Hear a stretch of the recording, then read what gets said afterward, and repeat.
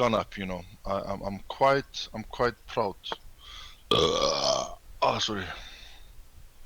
Excuse me. Okay.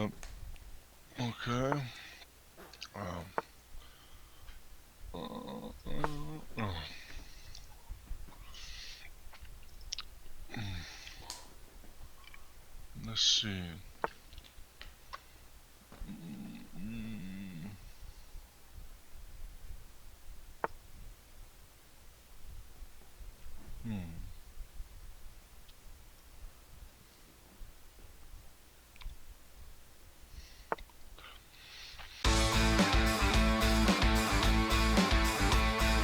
I'm gonna put your lip down. Like, how's this? Chat, how's this? Hikaru, can you try to talk? Yeah, can you hear me? Yeah, I can hear you. Okay. It's perfect, I believe. Perfect. Okay, perfect. All right. So what were you thinking? So what I thought was the simplest way to take an approach is to show you some actual games played by some very strong players from the past, because when you play individual games, every game is going to be unique. So when you look at the opening phase and you try to play a set opening, you have a basic idea of what you're doing, but you can't program to where you have your set idea for the whole game. So what I thought was the best was to just show some games with some examples of like positional play and also some tactical ideas. And it's not even just like in openings that you play, but just a general mix of these different concepts. Okay. Because one thing that I did a lot when I was growing up to try and learn was I would study the games that were played by world champions. I see, and that's probably not what I should do. No, you definitely should, because actually, when you see what they do, like what I'm going to show you, if you have someone who can explain I maybe what they're thought doing, that yeah, okay. I maybe thought like maybe that's too complicated to master what the best do. But maybe that's the best way to do it, just to master what the best do. And yeah, that's probably makes the most sense to. Obviously, you want to learn from the best, but maybe, you know, for a beginner. I think you know what it is, that what the best players do is they're very consistent and they can do everything, every phase of the game, everything very well. But the fundamentals that they show in these games is what you can try to emulate. And you can try to play like them in that sense. Okay. So, all right. Did you accept the board invite? I believe this is you. Yeah. Yes, you did. Yeah, I see. It's not your name. It's not your name though. Yeah, no. Well, no, because the names. You mean the names at the bottom of the top of the board, right? Yeah. Yeah. So actually, I'll tell you a little bit of background. So this name at the bottom that you see is the white player. His name was Mikhail Botvinic. He was one of the greatest Russian players of all time. He was the world champion, and he actually founded a chess school that produced the best Russian chess players for probably about 40 years. From about 1940 to 1950 until about like 1980 or 1990, all the best Russian chess players in the world came out of that school, including many future world champions. So he was probably one of the most important people in the chess world because of his contributions in creating a chess school for the strongest players in the world. That's awesome. And he's someone whose games you should always look at. Yeah, definitely. Okay, so the opening in these games isn't in the games I'm going to show you. They aren't necessarily super important, but it's more to just get to these positions where you try to come up with ideas. So okay. So c4 e5. So white pushes his pawn to try and control some of the center. Yeah. May I just ask you a quick question? When you have an opening, do you always have a plan? Not completely. It depends on where your opponent puts his pieces. So your plan might obviously change like right away. It depends on his first move. Yes. Yeah. So okay, I'll give you an example. So on the first move, when white pushes his pawn to c4, black can play many different moves. He can push the pawn here. He can push this pawn. He can move a knight or push a pawn. So when black pushes the pawn, it's suddenly you move the knight here. When black plays this knight here, white played this pawn here. But let's say on this position, why would white want to push this pawn up there if black puts his knight there? You want to develop your pieces. So yeah. So do you remember what you want to the basic point is you want to develop your piece and get your king out of center, right? Yep. I just wonder like why this piece? So how would you so what are the ways you can develop the bishop and the knight and get your king out of center here? I mean, you could move the pawn on e2 as well. I'm just wondering if there's any particular reason you want to move the pawn on g2 rather than the pawn on g2. Right. No, so e2. E2. Right. So that's a very good point. So in this position, white can develop many different ways. You can push both of these pawns. They're both completely fine. You can actually push your pawn here with the idea of bringing your knight and then bringing your bishop and castling your king out of the center of the board. So they're both completely fine. The reason that that g3 is a little bit better here is because when you put the bishop on this square, this g2 square, it's attacking down on this long diagonal towards the black pawn and the black rook. And you're trying to control all these white squares basically. Okay. So, but the question is very good. It's a very valid question because this is a very reasonable move to play. Yeah. Okay. That was a nice, good explanation. You always try to have, you want to have the longest reach for your pieces to aim at. Am I saying it right? Right, with the bishops especially, because so let's just say you push this pawn here, which is completely fine, by the way. I'm gonna push my pawn. Normally you'll capture. Let's just say we reach a position like this. You bring the knight out to attack the pawn, right? Yeah. So black brings the knight to defend the pawn, and now you put the bishop here. Black will say move the bishop, and both sides castle their kings. Now this bishop on the light square. Is there any particular reason you would move the bishop only one up, but not like few more steps up? Is there any particular reason you would only move the bishop one up, not like a little bit higher up the board?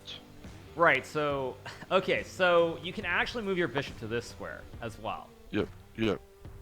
Now, do you know why this is a good? What is the? Let's just say I move my bishop here. Is there a trick? Is there a trick for black? No, for white. Well, a trick. A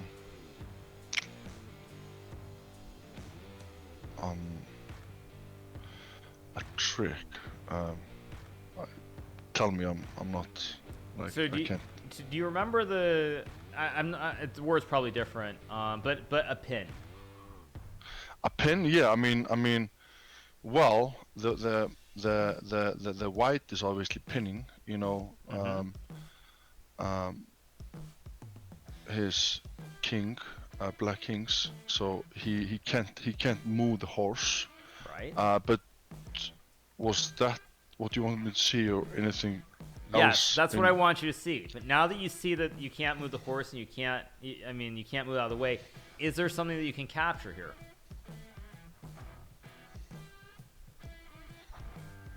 Is there something that you can take where black will not be able to recapture your piece?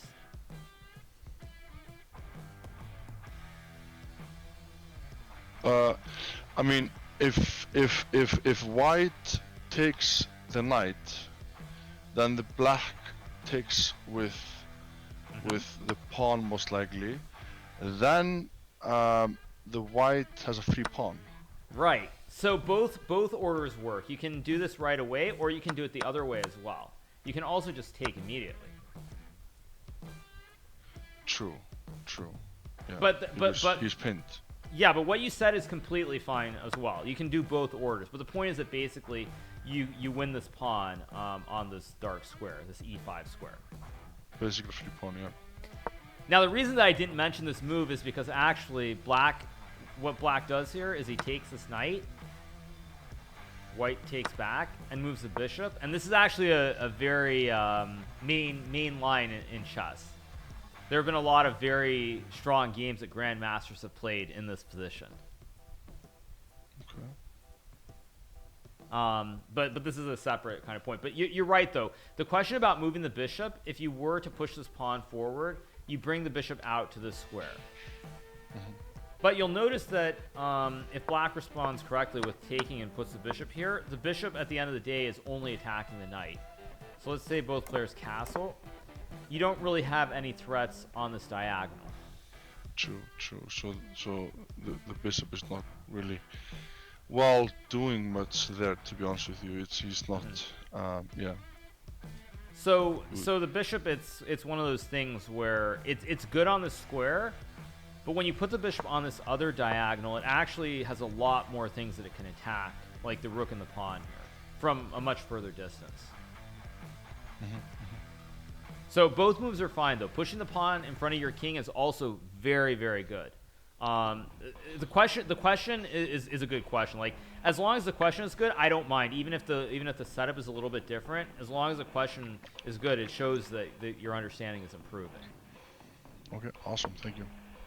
So black pushes his pawn. You trade, and now white moves the bishop. So this is what you call a fianchetto. You put this bishop like with this pawn formation right around it. Yep. And now you're attacking the knight. The knight is under attack. You have 1-2 attacking, and black only has the queen. So black defends the knight. And so now, how would you complete the development to get your king out of the center of the board? Take the horse up here. Very good, because that also. What else does that do besides developing? It attack this pawn here that's not protected. Very good. Yeah. So black brings the knight out to guard the pawn. And re-castle.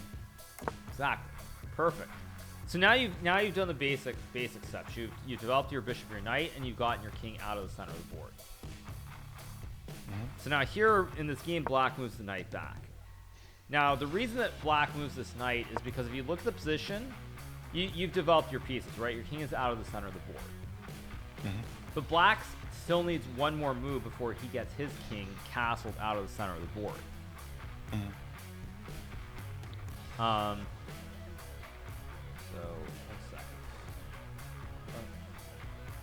one second, let me just check something. Is my microphone good in yours, or is there an issue? Yeah, I mean, chat, do you guys hear Hikaru? I believe. Let's see. Guys, can you hear him? Yes. Yeah. Yep, they can hear you. Okay, good. Yeah, I was just making sure, 'cause someone in my chat said something. Okay. All right. So anyway, so here black needs one more move before he gets the king out of the center. So the reason that black moves the knight here is because if black were to play this move, like move the bishop here to then castle, white can attack immediately in the center by pushing this pawn forward. And now black can't castle because then you would win this pawn on e5. Yeah, sure. He has to. Well, his best move would probably just to kill the pawn right away. Right. So when you take, though, now white takes back. And what you'll see here is that the whole center part of the board is opening, and black still has not developed the king here.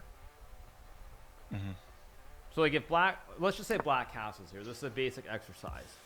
What are the moves that you would consider playing here? Normally in chess, the way that we approach the game is we have what are called candidate moves. So we think about like 2 or 3 different moves, and we pick one of those 3. Candidate moves. So basically, are there like 2 or 3 moves that you see here that you would consider playing?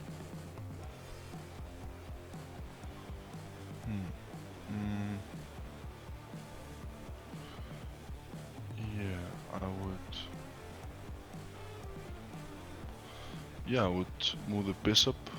I would try to get him moving, into the game, I would probably put him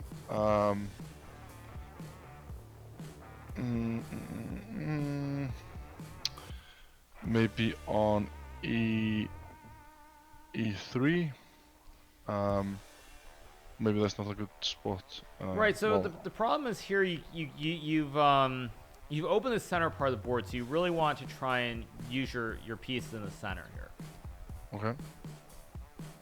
So besides moving your bishop, are there other moves that make sense?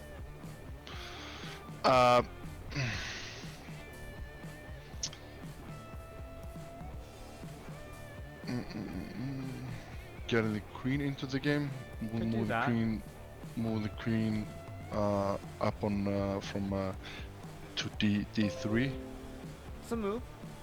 Are there any other moves that you can play to take advantage of the fact you have this bishop on this diagonal? Because right now you see there are all these pieces. I mean,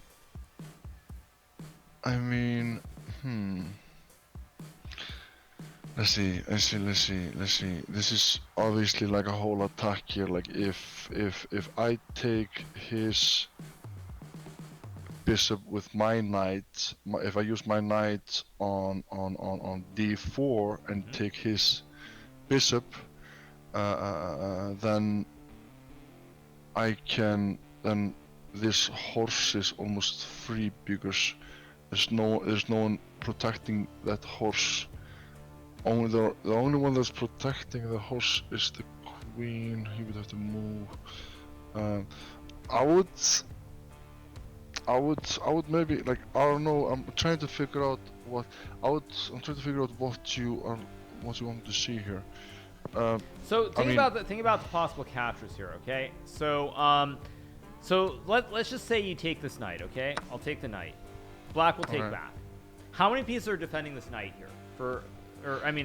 Four. Right. Three. So black has 1, 2, 3, and white has 1, 2, 3.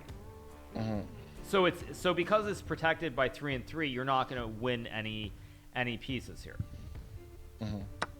So now, what about the other capture? I would take this bishop here. Yes. So if you take the bishop and he takes, how many pieces do both sides have protecting this knight?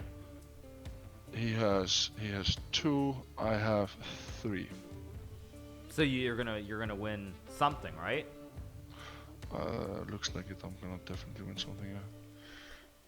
Yeah. So the point is that after takes, you can just trade the horse. He takes back, and now you can take both ways. But you can just play queen takes, bishop takes, and you have one extra pawn. You have 1, 2, 3, 4, 5, 6, and your opponent is 1, 2, 3, 4, 5.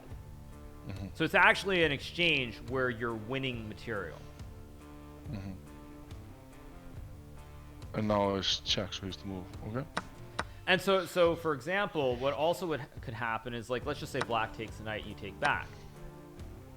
You're now attacking this knight, but you're also attacking the pawn, right? Because you have 1, 2, 3. He has 1, 2, protecting this knight on the central square. Yep. What else are you threatening? Like, if I push my pawn,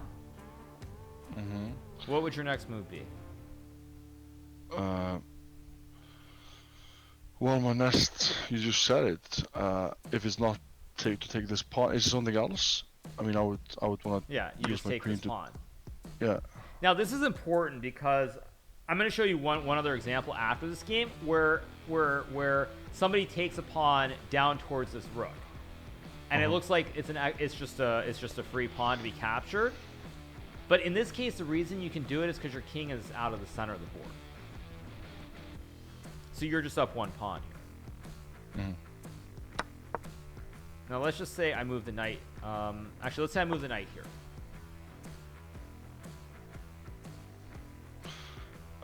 Then I have to move the queen. Or I can just kill your queen, and then I kill this pawn here. There's a free pawn from you. Very good. Right. So what you would do is you get rid of the queens, and then you take this pawn. And so that's why actually this if I go back to move 3, that was the whole point of developing the bishop, was to put this pressure. You're always willing to sacrifice. You're always willing to sacrifice a good piece for just the one pawn. Doesn't matter. You always just want to. If you can take just a pawn, but sacrifice your queen and his queen goes as well, you would be willing to take a pawn. Right. Like, Okay. Also, can you mute my stream? Apparently, I think you're playing the sound. You're playing the sound in the window where you're capturing me. Can you just mute that? Because apparently it's echoing. That's what I was told. Am I? Let me fix that. Yeah. It's not here. Yeah, the browser where you're watching me, just mute my sound there. It is actually muted. Oh, it is now? Oh, okay. Oh. So it's kinda. I'm not sure where is it be echoing. It's good. It's fine now. They say it's fine now. They say. Oh, okay. It's good now. Okay, all right. Yeah, I was just. They're talking about it might be delayed. I'm not sure what that means. No. I think it's okay. Okay, it's all good. Okay.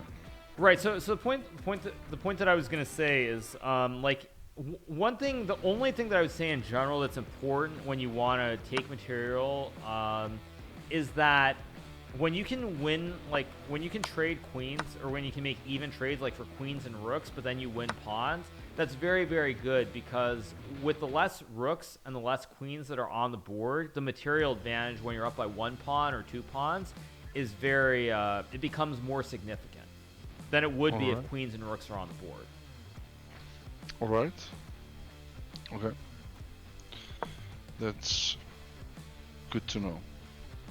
So alright, so back to this game. So the point that white wants to play is white wants to play in the center right away. You want to open up this long diagonal for your bishop. Because right now it's good on this light square, but you really want to try to attack.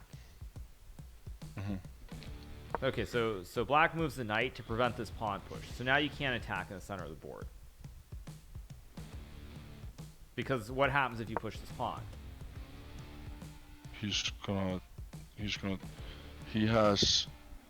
take with the pawn, and then I'm gonna take. Then he's gonna take. So he wins. He wins by 1.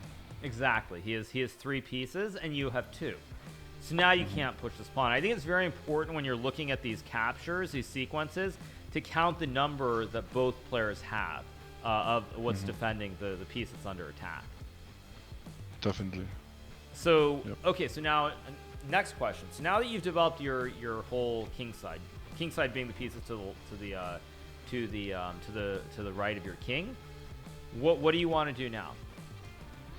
I want to try to develop my other side. So I want to try to move my bishop, move my queen, push a pawn up maybe somewhere, you know, maybe push the pawn on B2 up to maybe like B3. Yes. Yep, something along those lines. Yeah. So, okay, so this is actually very good. There are 2 moves that you can push. You can push the B pawn or the D pawn. Now, this game that I'm showing you was played in 1968. So, so basically, it's the game has changed a lot. So this idea with B3 is actually a line that is modern now, and it's played quite frequently. All right. But back then, they were a little bit more traditional, so they play. So they played this pawn push. Okay. But the other one is very good too, because what you can do with B3 is that you want to develop the bishop and put pressure on this center pawn here, because the idea is that at some point, like something like, let's just say I make some normal moves. At some point, you can move this knight, and you actually attack this pawn. Then I have 2 pieces attacking this pawn. He is only 1 guy protecting this pawn. Exactly. Yes. So it's actually very similar. It's like if we go back here, if black develops, the way to activate the bishop is to push the pawn and remove this knight, which is blocking the bishop on the diagonal. And if we go to this line, it's the same thing. You move the knight out of the way to attack this pawn on the central square. So B3 is a very good move, and that's the point. You want to finish this development on this side of the board. So in this game, D3 is played, so black develops because black still isn't castled the king, right? Nope. So now you play A3. What do you think the reason is behind pushing this pawn?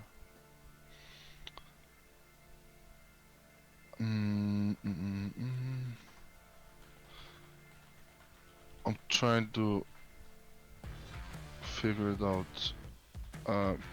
when I saw when I would have never pushed this because I would have felt like that was a necessary move in my opinion. I see that black has two bishops, one that was pressing on this pawn, but obviously, you know, if he kills, we kill, you know, and he's gonna lose more points. But that I honestly don't know why this pawn is so good to push. I can't see the reason behind it, you know. So yeah, it's not obvious. The reason that white pushes this pawn is that, let's say black castles, which is a normal move here. You can now push this pawn up 2 squares. Because the pawn supports it, right? Yep. Now let's just say I play, I don't know, let's say I play a move like this. Can you win some material? Did I ever tell you what removing the defender means? You might have, but if you did, I forgot. Okay, so basically removing the defender means if there are pieces that defend other pieces. Can you find a way to remove them by attacking them so that the other piece will then no longer be guarded?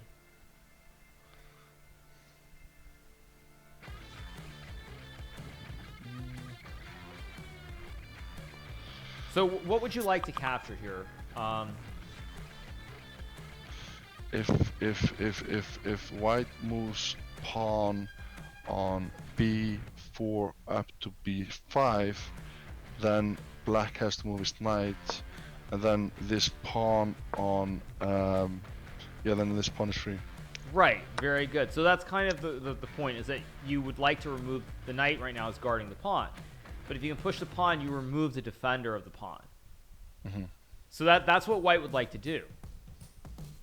So here black tries to stop that by pushing the pawn forward. So now you can't push the pawn because I will just capture. I have 1, 2 to guard this square along with the pawn, and you only have this one pawn. Yep. So black tries to stop it. So now you can no longer go for these ideas to remove the knight. So now you want to finish your development in a different way. So which square would you move this bishop to? I would move it to well, let's think here. I would move it to a D2. Okay. So if you move the bishop, maybe not. Maybe let me think here. Trying to see the best way here. Well, none of these look good. It's either D2 or D3. Right. So actually, the reason you would move it to, so let's say I go bishop D2. Black can now push this pawn here, and try to put this bishop to attack your queen. So now let's say you go bishop here, and I push the pawn. Is there something that you can play now?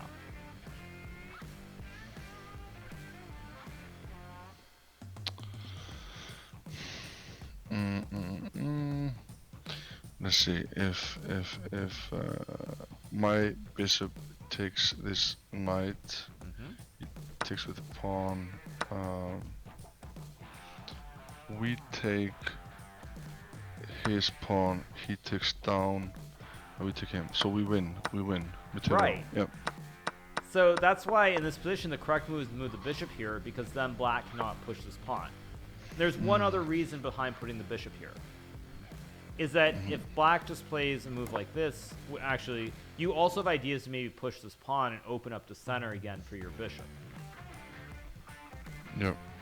So there are two reasons. One is to prevent this move, and the other one is maybe to play in the center. So black castles. And now white plays this move knight to a4 in the game. So black trades, white takes. So basically, white's queen is now in the game as well, because now you move the queen out of the center of the board. So now black moves the bishop here, and the idea behind this move is to try and prevent you from ever moving the knight and attacking on this diagonal, because that will just trade off your really strong bishop. Because in this position, the bishop is probably your best piece. It's the piece that's aiming down this long diagonal towards the corner. Okay. So black tries to kind of interpose it. So now you want to develop, and I'm not sure if I mentioned this before, but when you have the rooks, you want to try to put them on open lines. Okay, so obviously in my case, I would wanna move my rook from A1 to C1. Mm-hmm. So both moves are fine in this game. This rook was played here, but it doesn't really matter. It's the same idea. It doesn't matter which rook you push.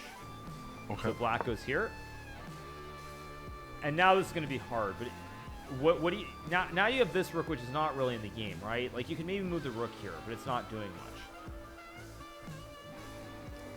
much. Okay. So how do you how do you put your rooks on the best squares? You want to put pressure. You have this open line here, right? Yes, and you want me to move my rooks. Are you so Hikaru? Mm-hmm. Are you saying that you want me to move my rooks now? Yeah, I want you to get your rooks to the best squares, because right now you have this open line. You've got this open line, right? Uh-huh. So now you try to you basically stack the rooks, one on top of the other. You play rook here. Then this one, and then I move from A1 to C1. Right, exactly. Okay. So the point is that when you have this one open line. So let's look at the black rooks, okay? They're behind pawns, right? So they don't really have the long distance range that they want. Mm-hmm. So what you want here is you have this open line, so you want to put your rooks on the open line, especially when they're two rooks in a row. They're going to long term put a lot of pressure because black is this knight that's kind of stuck on the square. Because right now I can't do it, but let's say after bishop f8, rook c1, I can't move the knight because you're going to take, because now you have two rooks attacking the pawn, and I only have the queen protecting. True. So the knight is basically pinned, like you would say. Right. He's stuck there. You don't want to move it. Right. Which also means if your opponent doesn't do anything special, let's say he plays a random move like this, you can also now try to put even more pressure by moving your queen here. Because now you're attacking the pawn, and I can never move the pawn. Because if I move the pawn, you can play rook takes knight. Mm-hmm. And the bishop and the horse are worth 3 each, and a rook is worth 5. So if you can give up a rook for both the horse and the bishop, it's a good trade. It's two of them, two bishops or two of the horses are generally worth more than a single rook. Yep. So basically, you end up with like the rook stacked, your queen is here, and everything is under a lot of pressure in the black position here because of where your queen is and where your rooks are stacked. Yep. So black plays this move knight to b8. So it looks like a mistake, right? Yeah. But let's just say I'm just going to make a random move. I'm just going to push a pawn. When I push this pawn forward, the problem with this position is now your rooks are not attacking anything because the pawn is just supported by the pawn.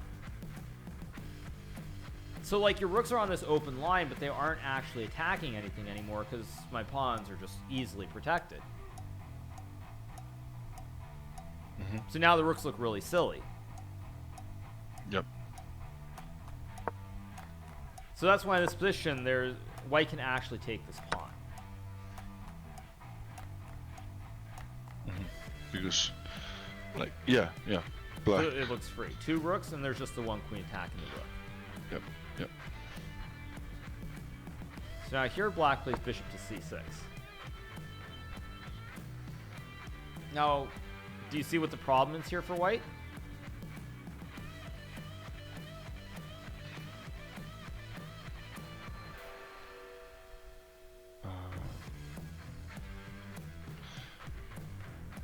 Yeah, I mean, I would take with the rook. No, I would not. Well, this is worth 3. The pawn's worth 1. If I take with the rook, he's going to take with the pawn. I'm going to take with the queen. No, that's awful. That's awful move by me. In this position, I have to move. I have to move the queen. Right, but let's just say you move the queen. What happens now? Now my rook is fucked. Exactly. I just take your rook. And you just lost a rook for 1 pawn, which is terrible. That's just almost the end of the game. It's awful. Yeah. So what happens here is by moving this bishop, I cut off your rooks, like they don't guard each other anymore, and I attack your queen. So if you move your queen, I just win this rook for free. So wouldn't it be better to kill this bishop with my horse? Well, yeah. What you do is you actually take. Yeah, take. And then black takes. Right, so let's say black takes with the horse. You can now just take this pawn.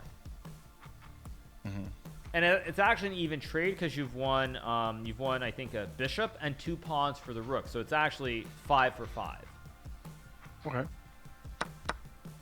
So black takes with the pawn because he doesn't want to give up this pawn for free. And now white plays this very nice move, rook takes pawn. So, stupid move, right? Yeah. Because black can just take the rook. Yeah.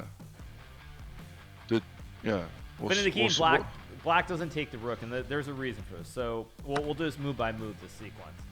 So black takes the rook. So now black is up. He is an extra rook. Basically, he's got 2 rooks for 1 piece.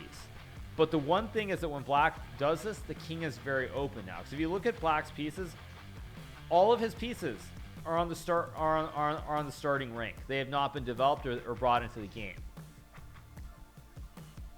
So even though black has all this extra material here, you can attack because the king is very open here. In this position, wouldn't it be best for white to use his knight and pin the queen, like check the king, check the king? I mean, because then the pawn on this board here. No, well, but you're right. You mean you can't capture the pawn because I take the knight, but you could make this check. This is the idea is good. But the reason that you don't do this, the reason you don't do this move first is because black can move the king over.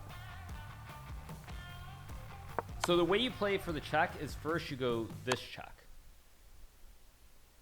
And the reason that this works is because let's say I move the king. I'll move the king here. What's your next move?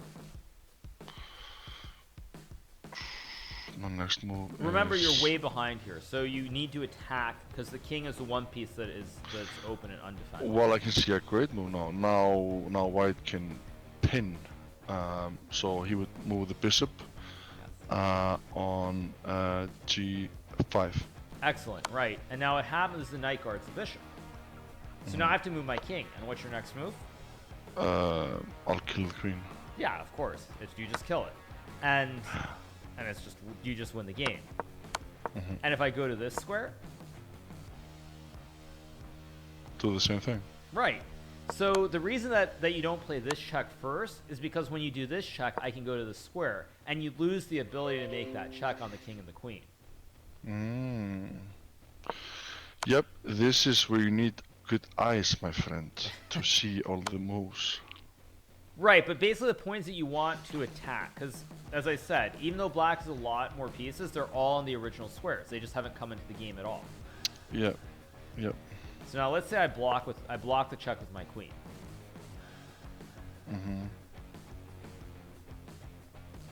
Then my next move would be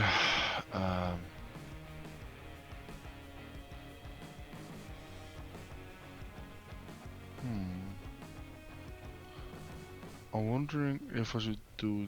Yeah, I would just do check because then his queen is dead anyway. So I would then his queen is dead. Right. This is what we call a discovered attack. So what happens is you make the check, but in reality, besides making the check, you force this piece to move, and then you just take the queen with your bishop next move. Yep. So black can't block with the queen. Now let's say I block with the rook. In this situation, I would still move the horse to the same position. Right, because this bishop guards the horse, and you fork the king and the rook. Yeah. So this basically is more or less winning by force. Now let's just say, I'll just show you the sequence. So let's say black goes king here. What you would do is you keep attacking, and the way you attack is you move the queen here. Mm-hmm. So now if the king goes to this square, your next move. Next move would be queen by 1. Well, remember what you did before? The same idea, you still have it. I still have it. Okay. Yeah, I can actually pin with the bishop. Right, so you just make the check and you take the queen. Yep. So now I have to go to this square. And now you could go back with the queen again, but then you would just be repeating the moves, because this is where we started. Mm-hmm. So, in this position, is there a better move? In this position, yeah, you wanna...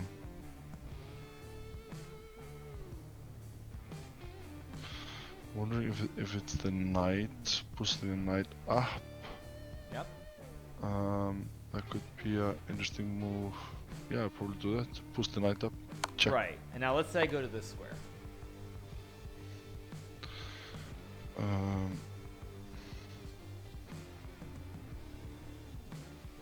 Then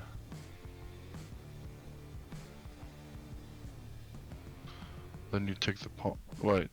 Remember, you're way behind. Your opponent has a lot more material. So when your opponent here has these 2 rooks for one bishop. Oh, you can actually do checkmate now. With queen. Yeah, you just go queen here, and it's just checkmate in 1 because your knight guards the queen, and the king can't go anywhere. Yep, checkmate. I won the game. GG, Hikaru. Nice playing with you, champ. Maybe next time you can win me.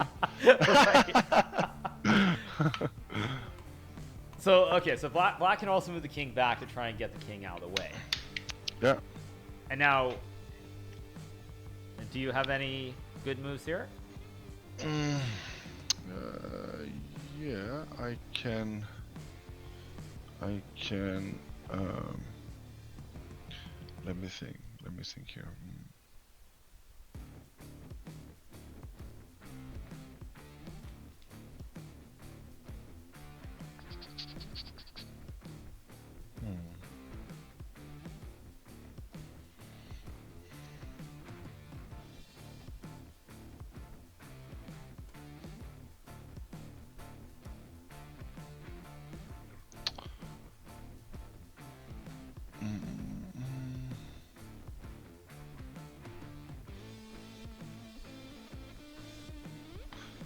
Yeah, you can. I mean, the only move I see is my knight goes to e6. The reason for that is even if he kills my knight, I take with my queen and then just check. Right, but remember at this point your opponent has a rook for 1 bishop. So you play this move, I can just give back the rook for the horse, and now you're actually down an entire rook.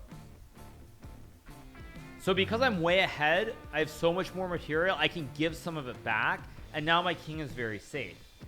Like you can't easily attack my king.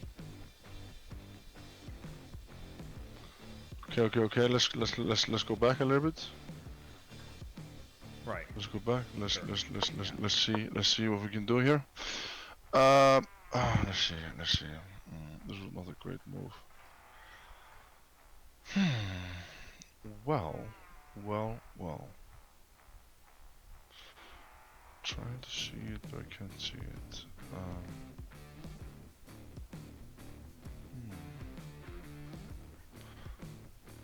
Well, moving the bishop from G2 to E4, is that something that you would do? It's a move, but it's a little bit slow. Do you have any... One thing that I always like to say is you should be looking for ways to check the king. Okay. Well, wait, give me a second. I feel like my headphones are very low. Yes, give me a second.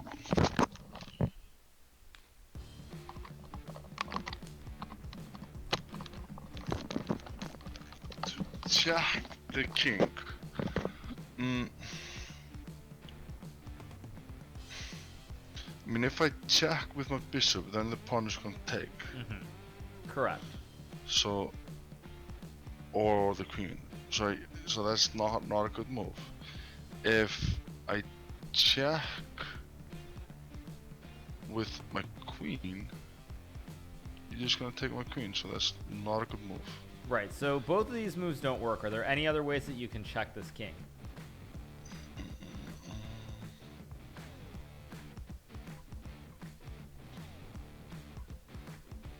Why can't I see it? Why? Yeah, I can actually. I can move my queen to 4c. Yeah, c4. Right. You can go here with the check. C4, yeah. And now I can't block with the queen, because if I block with the queen, you would just take with your bishop. So I have to go over one square. And now? Now,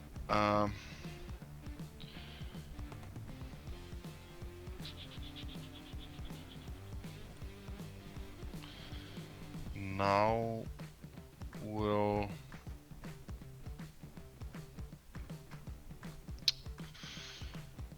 if I put my queen to f7, I feel like that's a huge pressure, but I think that you don't want to see that because you want to see something better, but at the same point I feel like that's a great move because I'm almost going to checkmate him then. Is that the move that you want to see? Or no, you want to see me pin his queen. You want to see me move the horse from g5 to f7. That's an excellent move. Yeah, because you hit the queen and the king. That's a grandmaster move. Yep. So now black would move the king over, and you can take the queen, which is winning. Yep. But have you ever heard of the Smother Checkmate? A mother checkmate. I said smothered, like smothered. Oh, like smother. No, I haven't. No. So what you can actually do here is you can go knight here with check. Yeah. Because the king is attacked twice, so I can't take the knight because my king would still be under attack. So after king over, do you see a good move here? Yeah, same move we did before. Well, you could go back. No, with the knight, well, actually, I can checkmate him actually. Well, yeah, just by moving my queen. Right. All the way to g8. Yeah. Right. The knight guards the queen, and it's just checkmate. Checkmate. Yep. So now I'm gonna give you a different version of this. I'm just gonna make a couple of moves. Okay. So now let's see if you can see the checkmate again. Yep, I can see it. I believe I can see it. You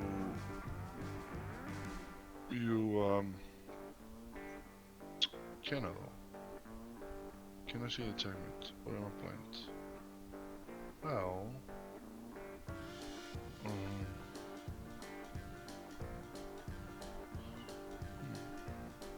in one move?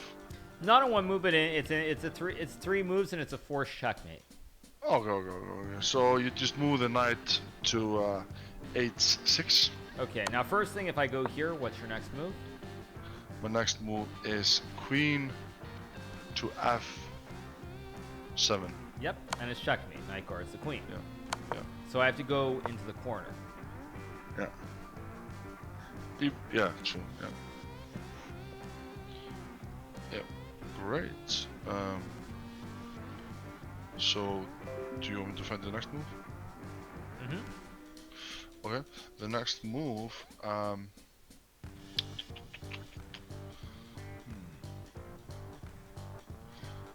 Next move.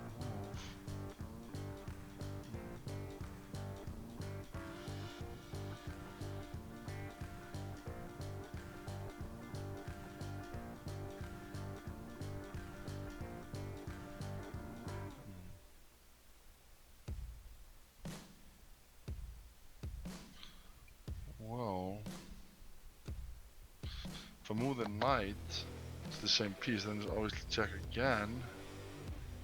But I don't think you're looking for that move. Right. So this is where the Smother Checkmate. There's a 4 sequence of moves that leads to checkmate. I see.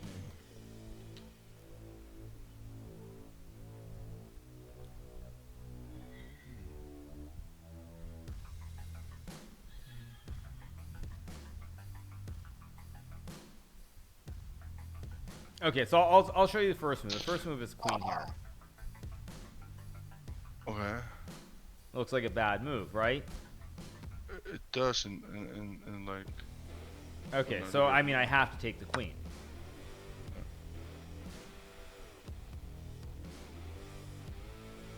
Yep. Well, now you're down a queen, so... So that's awful? Maybe, or maybe not. Okay. You wanna... Fuck. Well, in... Whoa! I can see it now. You move the horse to f7. Yeah. And it's checkmate, because the king can't move. That's a grandmaster move. So yeah, so Smother Checkmate is when the king gets stuck in the corner and you're able to just check the king like this, and the king just literally has no squares. It's just completely boxed in here. So this is what's called a Smother Checkmate, when you're able to make a double check with like a queen and a knight, force the king into the corner, and then you give up your queen, because when your opponent takes, that's quite hard move to see, I believe. The reason for that is because you never want to, like, when you see you're about to lose your queen, you kind of like just you can't see the rest. I feel like. Right, and that's why normally the only way you're going to see this is if you are able to get a knight and a queen near the king like this. If you've seen the pattern, you can remember it, but normally you're not going to be able to see it otherwise unless you've looked at the pattern or you've seen the pattern before. Yeah, you have to practice. Practice makes perfect. You have to do and it. And this is one of the most common. This is one of the most like common sort of specialized checkmates that you'll see in the games, where you can move a knight to make that kind of like that make that double check on the king, and then you can give up the queen and give up the queen to make the checkmate. Have you finished many games like that? I don't think I've ever had a game finished like that, because grandmasters see it. Yeah. And how many games have you played, man? That's incredible. Too many. Yeah, and you never finished any game like that. That's no, unfortunately, I didn't. No. Holy shit. But it's like it's just the pattern. If you know the pattern, then you can probably find it. But if you don't know the pattern, you would never see the move. You would never see the checkmate. Yeah. This is an excellent move. I like this move a lot. This is an excellent move. Yeah. I doubt that I would see this in a game, but I wanna really get my game up so I can see it. Yeah, it's mainly just try to remember if you have a position something like this where you have a queen and a knight with a king on this diagonal opposite where the queen is, and you have a knight, because you will have these sorts of patterns are very common actually, where you get like a queen or a bishop on a diagonal like this where the king is. So it's a pattern that if you've seen it, you will be able to find it in a game if it occurs. But it's more you just have to see it a couple of times and try to remember it. Yeah. It's a hard move to play in a game as well. Yeah, it's something that would be nice to play. I would love to finish a game like that in a chess game. Oh, you might get a chance. I might. We'll see. Right. So okay. So I think this is enough with this game. So I'll pop up one more. Let me just find my other example of a game. Something a little bit. So longer. This game happened in 1968. Correct. Yes. So do you obviously you go way back and you watch the history and you like to see when these guys played chess? So one thing that I would say with chess games is that it's much easier to look at the old games, because normally you would see plans from games like implemented. Like this game, you see a straightforward plan from start to finish, because the player with white has such a better understanding of the game of chess than the player who is black.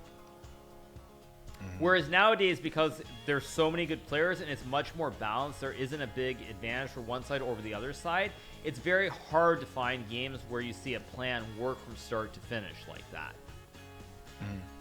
So that's why it's actually generally easier to look at some of the older games. So when you see the older games that the world champions played, they could play a plan. It was very straightforward and very smooth. So you can learn more from that, as opposed to now where the games, both sides have such a good understanding that it's hard as a, sort of an amateur to see a plan which is just clear, where it just goes straightforward from start to finish.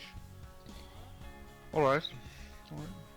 Okay, so let me pop up one more. This is a slightly shorter one. This is Tactics 2. Okay.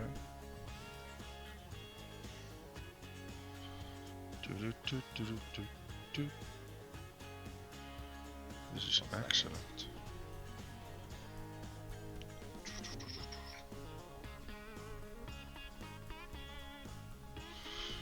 How's chess going for you these days? It's good. I haven't played a competition for quite a while. Okay. Anything coming up for you though? Or? There might be a tournament very, very soon coming up. But it'll be in a couple of weeks. Okay. What's up? Are you thinking about competing?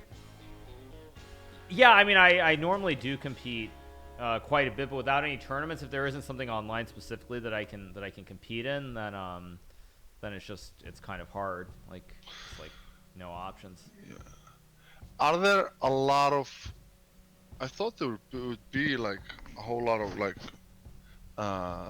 competitions online, or maybe that's not the case. Maybe there's not a lot of competitions. Yeah, there's some competitions online, but most of the tournaments are over the board. 1 second. Okay, let's just go through this game. I'll just create an analysis board 1 second. Do you only focus on the big shows, or do you like to like? Normally it's on the it's just specifically the big tournaments, because when you're playing tournaments against players who are not who are a little bit lesser ranked than you, if you don't beat them by a very big margin, you lose ranking points and you lose your standing in the world rankings. I see. Okay. I'm sorry. I'm sorry No, for yawning. That's fine. I was having a technical issue. I had a good training session today. Oh right, yeah, you're training, right, for a competition? Yeah, I'm training for a competition. I'm actually training for boxing match next year and competition this year, and now I'm doing chess. It's incredible. Nice. My brain is just non-stop. That's fantastic. That's great. Like the physical and the mental. That's amazing. A lot of stuff. Yep. Okay, so we're gonna look at this next game. So it starts at e4. So black plays pawn to e6. So now one thing that I can't see it. Oh sorry. Oh, I invited you. Oh, there you are. Sorry. My bad. I didn't click accept, but now I can see it. It was actually my fault. Oh no worries. It's all good. So e4, e6 is played. So normally what you want to do is you want to take the center of the board. So what would a logical second move be here? Let's say horse from B to just move it to C3. Yeah, that's a good move. And in fact, that does happen on the next move. But first, white pushes the pawn, because again, you want to you want to open the space for these bishops, right? So they have all these different squares that they can go to or attack pieces on, basically. I see. Okay. So black plays pawn here, and so now black's attacking the pawn. Do you take, or do you put the knight? That's a good question. Yeah, normally you can take the pawn, but if you take the pawn, the position gets very symmetrical. The pawn, basically, you end up with the exact same pawns, and the pieces end up getting placed on basically the exact same squares, because black just mirrors whatever white does, because everything is exactly the same. So most of the time, white doesn't take the pawn. White plays knight here. So now black brings the knight out. So now black is attacking the pawn on this square, right? So he's 1-2, and white only has the knight, the horse to protect it. Then you move your bishop from f1 to d3. Yeah, so that's a completely reasonable move. Nothing wrong with that move. However, in this game, white decided to take the pawn now. Okay. So black took back with the knight. So now you kind of want to keep developing your piece. Again, you have one horse that's developed. So now you play knight here. Again, you want to move the bishop and get your king out of the center of the board. Mm-hmm. So black pushes this pawn here. So black is trying to sort of open up the center part of the board and get quick development. Like he wants to bring the horse out, bring the bishop out, and develop very, very quickly. Okay. But also just put a lot of pressure on your pawns. If you take the pawn, now I get a really nice bishop. My bishop is doing very well in this diagonal because it's aiming right down towards where your king is going to be.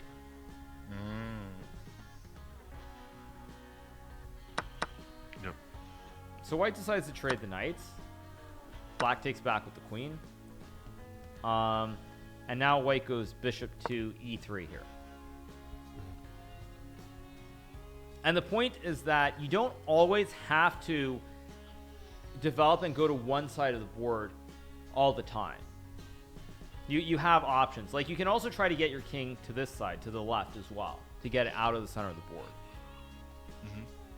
So in this position, white is potentially going to move the queen and castle the king out of the center this way because everything is already developed. Yeah. So here, black decides to take. So you take back. Right. So white plays knight takes pawn. Oops. Second. Okay. So now white has multiple options, right? Mm-hmm. So let's say black were to play a move like bishop here. So there's pressure on your knight on d4, right? Mm-hmm. So can you maybe move your knight somewhere to make an attack?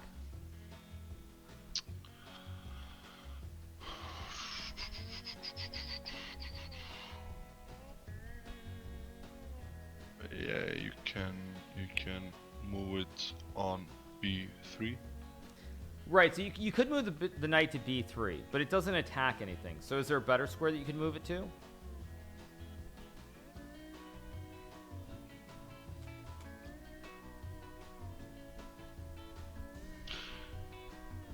Yes, you could kill the pawn on 6e.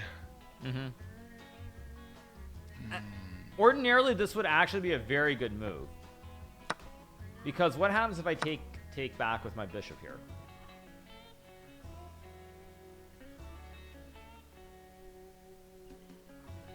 So you gave up your horse, but right. So what's your move?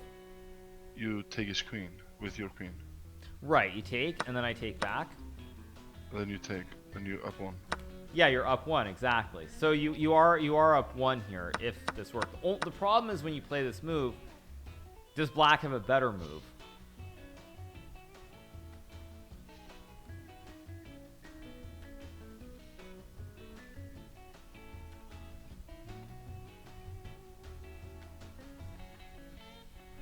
Okay, so black can play queen takes. The queen takes the horse. Yeah, that's the better move. Well, what's the problem? The problem is that black is +2, and black can kill with the bishop.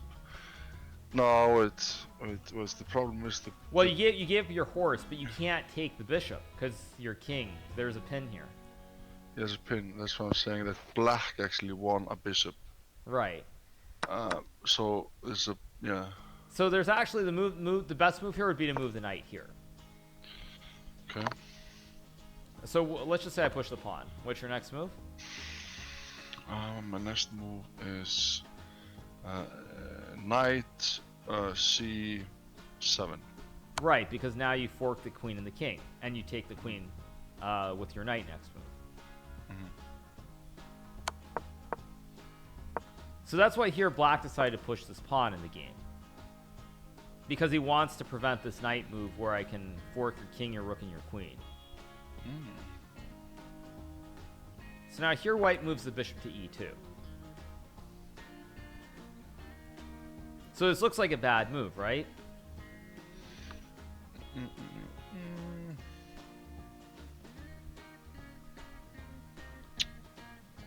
Does it look like Black can capture anything for free?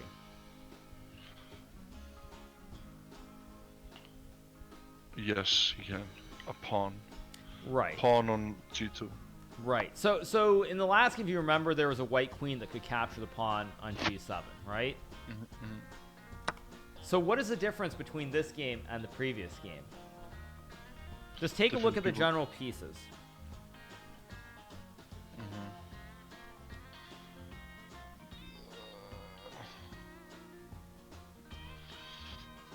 The biggest difference in this game are different people playing. Well, okay, so look at the let's just look at the pieces. Right now you've developed 2 bishops in your horse, right? But Black has only one piece developed, the queen. Right? Because all 5 of these pieces have not moved off their original square. So there's only one piece in the game. Now, the previous game we looked at, when White tried to grab that pawn with the queen, White's king was already out of the center of the board, and there was no danger.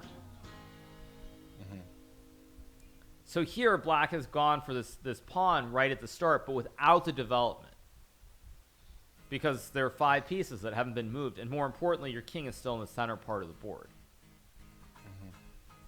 So how would you protect this rook here? Move bishop from e2 to f3. Right, because now I can't capture the rook, because then your bishop takes the rook. And you're also attacking my queen, so I don't have time. Basically what I want to do as Black is I would like to, let's just say move the rook. I would like to go here and then just castle. Like something like this, and just castle my king. King is out of the center of the board, and it's very safe.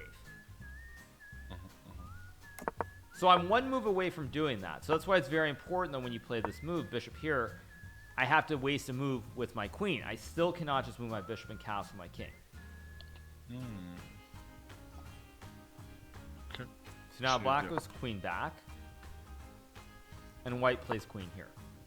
So when you look at the position, you cannot castle your king to this side of the board anymore because the queen stops it, first of all. But then secondly, you have this advantage with all these pieces in the game, right? Like your bishops and your knights. Yep. So White moves the queen here. And now Black pushes his pawn in the center of the board, which is not a good move. But let's just say Black moves the bishop here.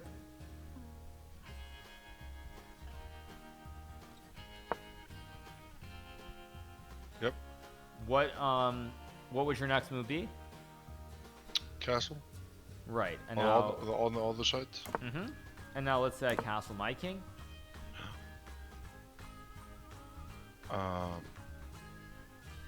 Then my next move would be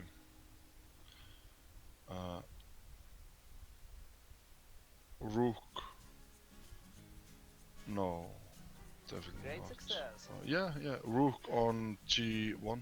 Right. So both rooks are good. It doesn't really matter. But the point is that even though you're behind by one pawn, you can actually use the open line. I thought, like, I was wondering, maybe rook on from h1 to g1 is better because otherwise the rook on h1 kind of feel like trapped. It's just in the corner. Right, and also this rook is very good here because it's on an open line as well. So now Black has only one square. You can't go to any of these squares, h5 or h6, because your bishops cover them. You can't go to either this square or this square because the knight covers it. So the only square is to move here. And now, can you see the next move? So it's another theme from the previous game. Well, you would move.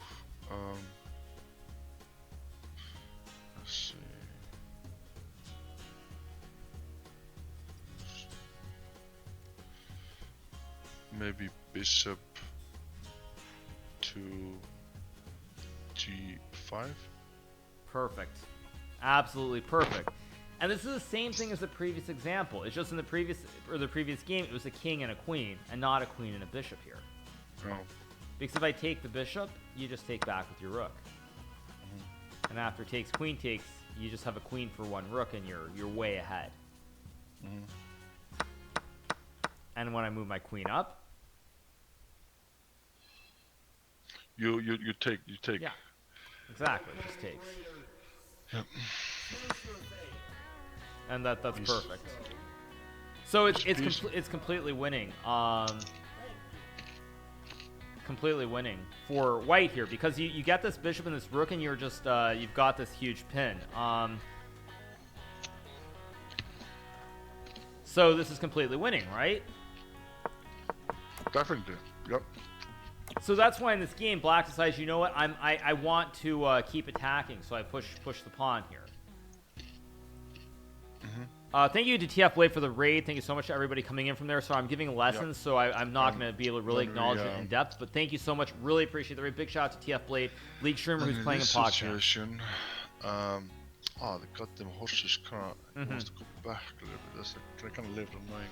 Right, but now at this point, one thing that you always want to remember is think about like the concepts. So when you look at this position again, 1, 2, 3, 4, 5 pieces. Five of the pieces that are not in the game here.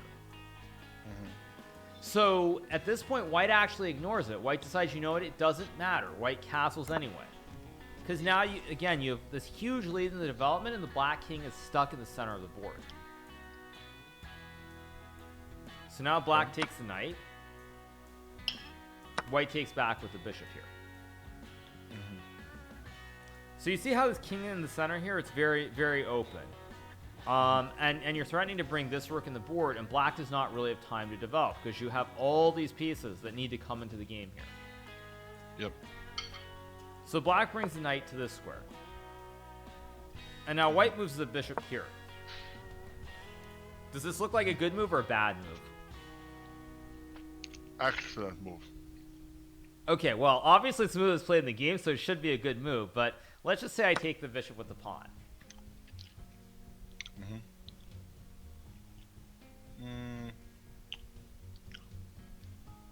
Then you checkmate him. How? You move the queen, one piece, one square. From no, you can't checkmate him actually. Well, can you? Yeah, you can. No, you can't. Wait, let me think. Another concept from a previous game. You might want to take. Let's see. You might have to get rid of his horse. His horse is a little bit annoying. So you might actually take his horse with your bishop, and then he takes with the pawn, and then you checkmate him. Right. So again, it's that concept I said. Remove the defender.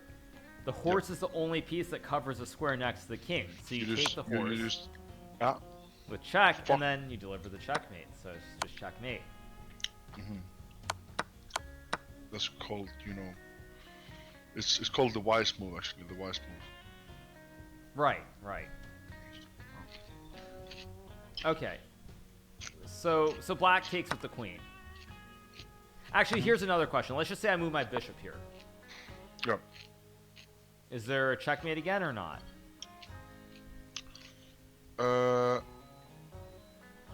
It actually is, yeah. No, wait. Let me think. Yeah, it is actually. No. Ah, damn it. Is it? No, wait. Yeah, you just wait.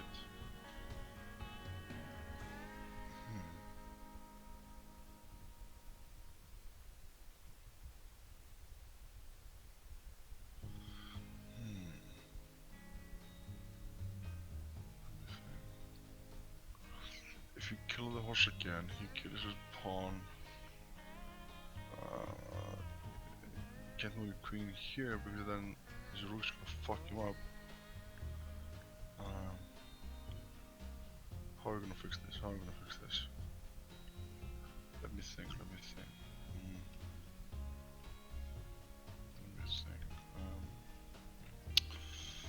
Well, this bishop is annoying. How can I fuck him up? How can I kill this bishop?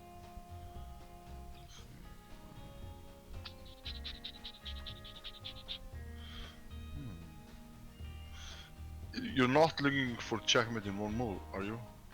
Well, remember, you're way behind again. You've given up you've given up your horses, you're behind, so you are looking to attack. Because again, the only thing when your opponent has much more material, you have to be trying to attack. So if I can get my king out of the center of the board, I'm going to be doing very, very well. I see. Okay, okay. Wait, I'm gonna get some power in my brain.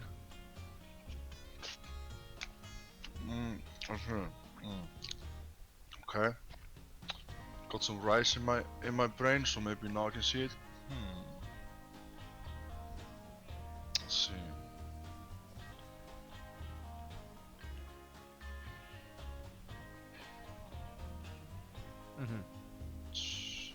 Why can I see this? Why can I see this? Let's see. Okay, let's think. You wanna, so you don't wanna kill the horse. If you kill the horse, it does not do much. This bishop is annoying to me. Do I wanna move my rook to e1? Is that the move? But then he's just gonna move his rook and then he's gonna castle. I don't want that. So Thor. What's the move here? Yeah. So actually, the correct move is to take the horse.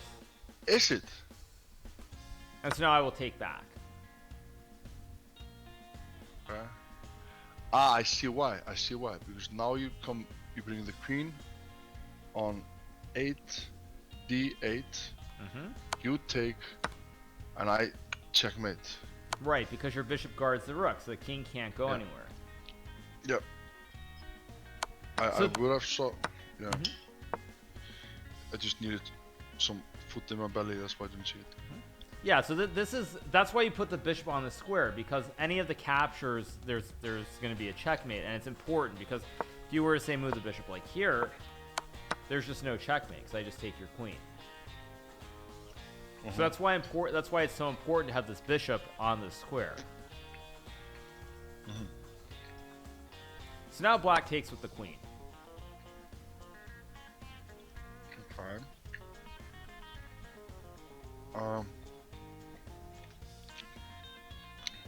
Then you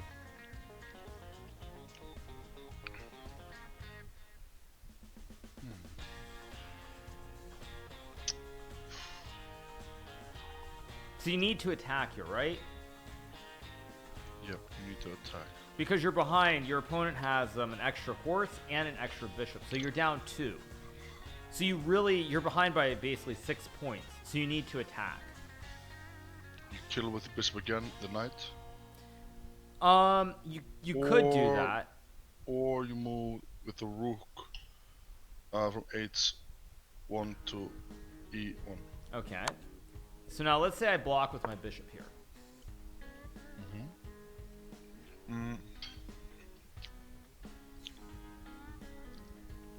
Then you kill the bishop with your rook.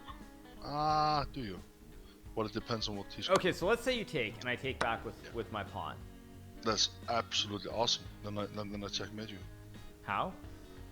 With my queen on from d2 to d7. Correct, and that's checkmate. Yeah. So I'm not going to be so nice, so I can take with my queen. Sure, that's annoying actually. If you can do that, then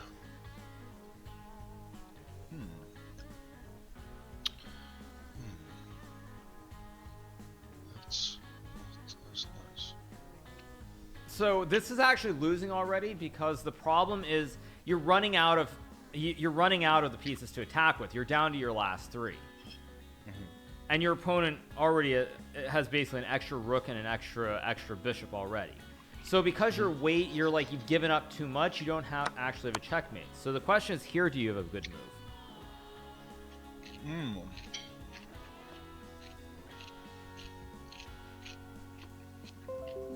Yeah, you take the bishop. Well, that's the move we just looked at. So is there a better move than taking the bishop? A better move, okay. A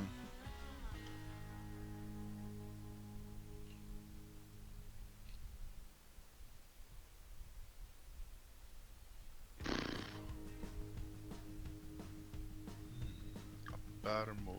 So just remember the king is here. Like the bishop is pinned to the king. Like I can't move the bishop because then your rook puts the king in check. Okay. So that's obviously great. So maybe you wanna... you can actually do checkmate. Actually, nah, you can't. Nah, yeah, you can. You can just move the queen to 7D. Right, Checkmate. and it's checkmate because this rook guards the queen, so I can't take with my king, and I can't take with the bishop because the king, because then that puts my king in check. So it's just checkmate. That's the end of the game. So after here, black blocks with this bishop. So now you can't check because I put this bishop in front and I could capture queen. So remember, I'm one move away. If I get this king out of the center of the board, I'm going to be up extra horse and extra bishop, and you're going to lose the game. Okay.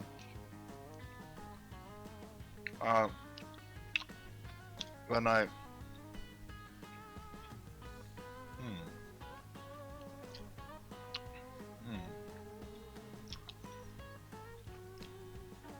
In this situation, we wanna attack. I'm sorry, by the way, for eating. Oh no, it's fine. It's completely fine. I'm on a eating schedule. Yeah, I would assume if you're training, you like every day you probably follow that routine, right? Yep. And yeah. Okay, so in this situation,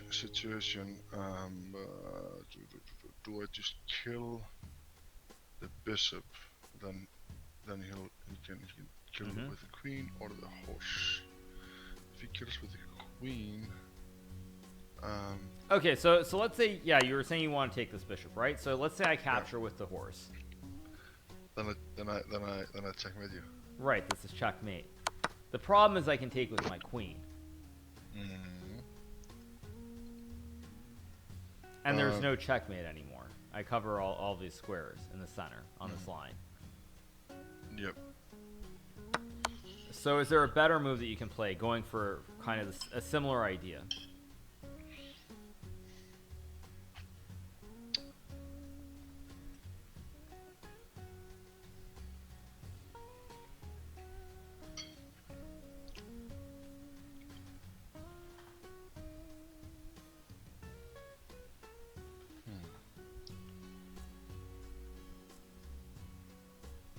So remember this game. A lot of the themes in this game have been around pins and attacking the king. Okay.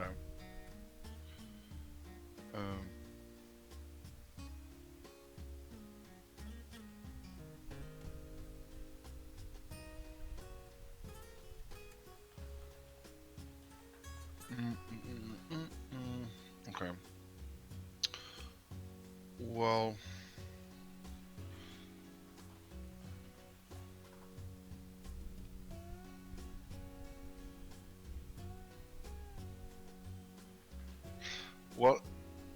Well, you don't want to take the... Well... Even if he takes with the queen afterwards, I can pin his queen. So what's the move that you want to play here? So, the move that I did before was kill with my rook, the bishop. Right.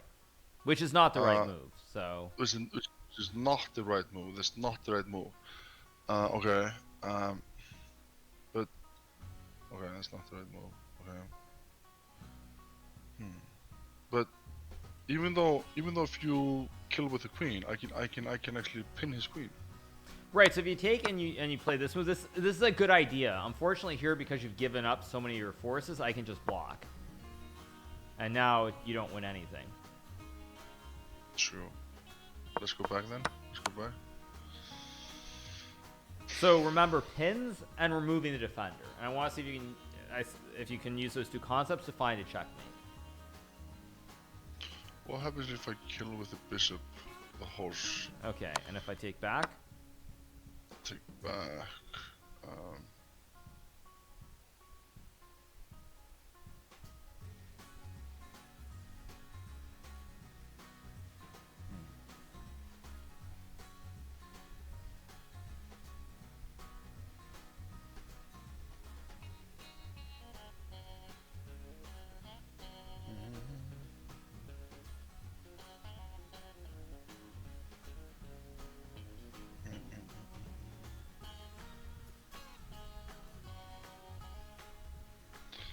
I'm looking for a pin or here.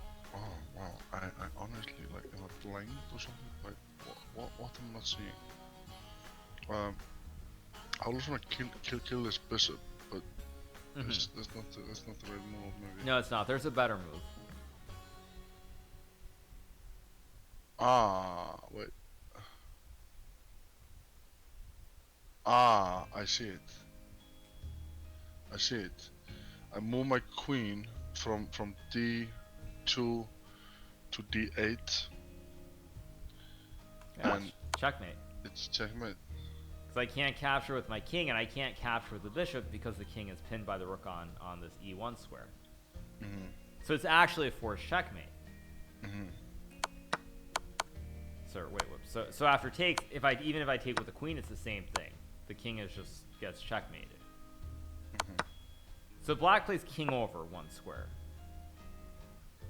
So now it's no longer a pin because the king's no longer in the center of the board. But there still is a way to make a checkmate here. Okay.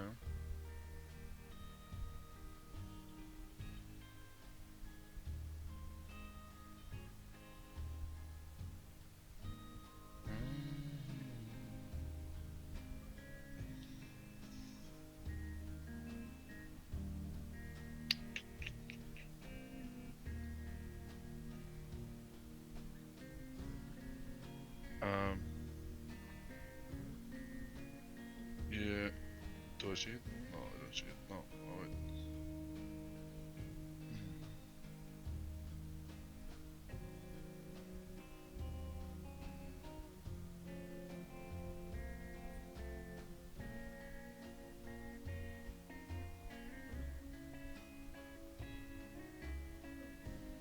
No. Still a way to do checkmate. Okay.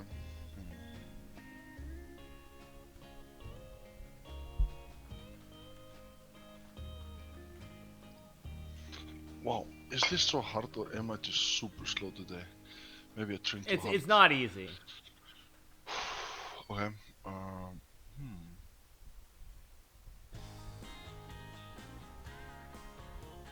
It's wow.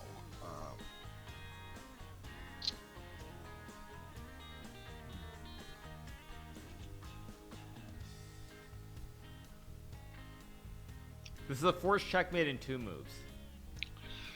Forced checkmate in 2 moves.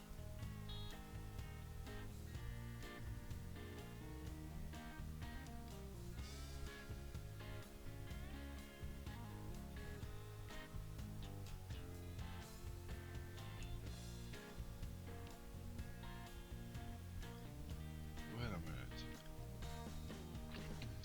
I'm thinking if I need to sacrifice my queen maybe. I want my queen up here. He kills. I kill. No wait a minute.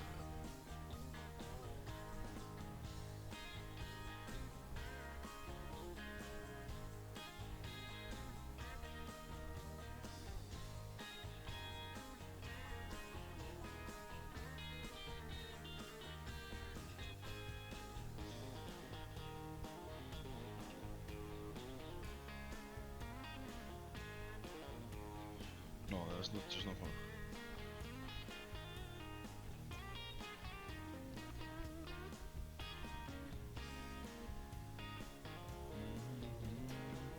Funny, like I can see I'm actually what was watching it, like I can see like just through my eyes the chat, you know, and like guys just talking a lot, but I never like I don't read the chat when I'm doing this because I don't like when people Right, of course, yeah. some people some people try to tell you. It's just funny, you know, they're probably like talking shit or something. Yeah. That's So okay, when I say force, what I mean is there's a sequence of moves where even if I was playing with the black pieces, I could not stop checkmate, because when you make a move, there's only one reply for your opponent, and then your reply is checkmate. Interesting.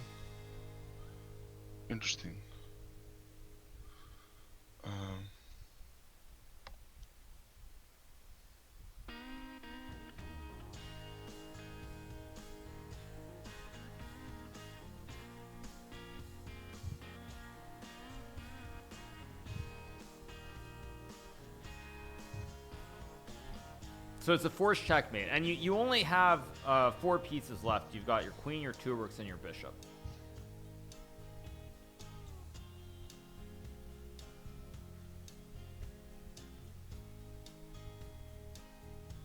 In 2 moves. Mm-hmm.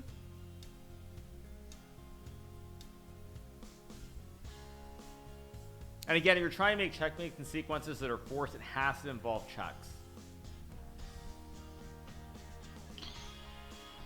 First move involves check. Maybe, but normally the sequence has to involve checks.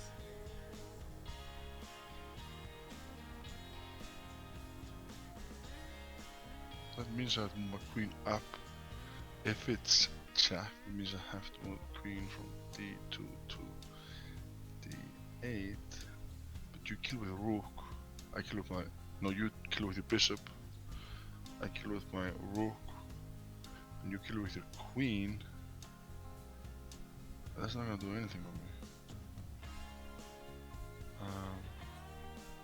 So that's not the right move. Okay. Let's think.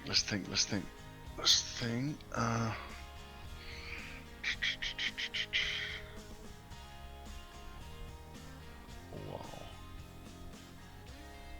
Oh. I'm actually swearing is so hard.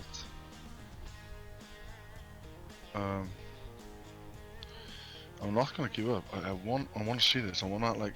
Why am I not seeing this? Wow. Wow. Shit. It's a forced checkmate. Okay, so I'll tell you the first move. The first move is check. What? So now I take. What? Now I see it. Now I actually fucking no. Yeah, I see it now. Oh my god, why did I not see the fucking first time? Now I always just move my rook from E1 to E8. Right, and it's checkmate, because my king can't go anywhere and your bishop protects the rook. And that's game over. So even though you gave the queen, it leads to a forced checkmate. Yeah, I just didn't see it. I was blind.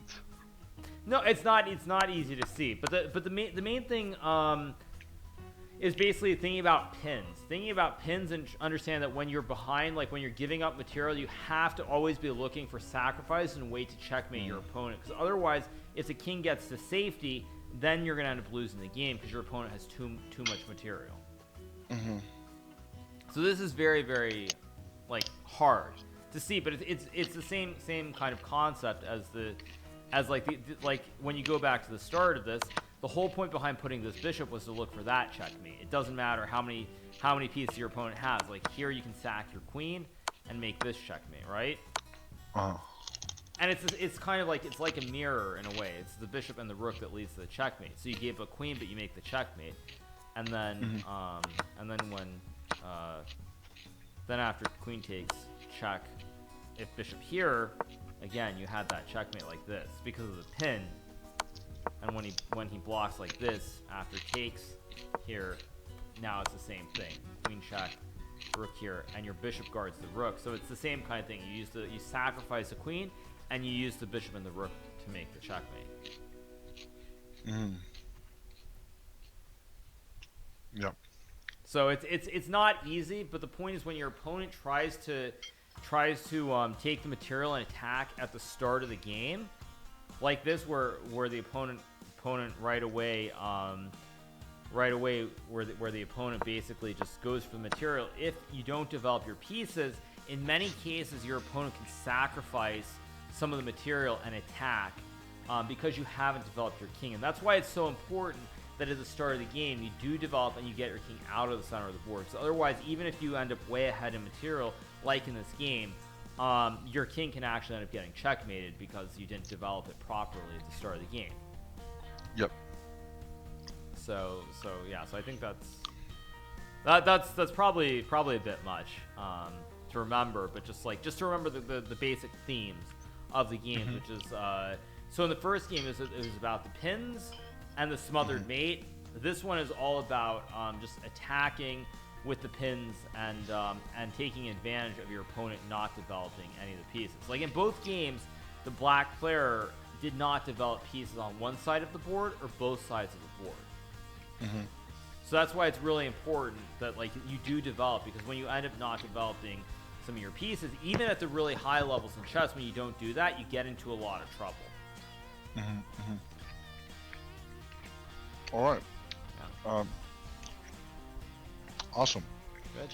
Good. So, what's next? What's next? Wanna, what's that? Do you want to see me? Yeah, I was gonna say I'll probably watch. I think I can watch you play like two games, and I'll give you some pointers during the games. Okay. Nice. Thank you. So am I gonna play against some random people? Yeah, just play against random people, and I'll actually follow you. Yeah. Okay. Sure. But I just so what's happening? So you're in live chess. So I guess you can just click on the play button. Play. So I just have 10 minutes, or should I have less? I would do 10 minutes, because when you're playing with 5 minutes or less, the games they go too quickly, and also you don't have enough time to think. Okay. Yeah, let's do 10 minutes. I think that's good. That's good.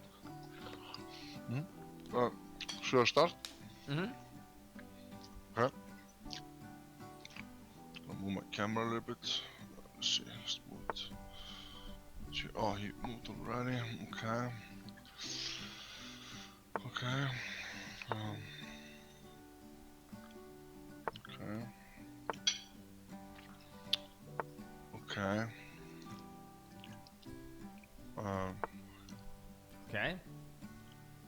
Okay. Just to move. So remember, again, very good move. You want to develop. You want to get your king out of the center. That's the first step. Yeah.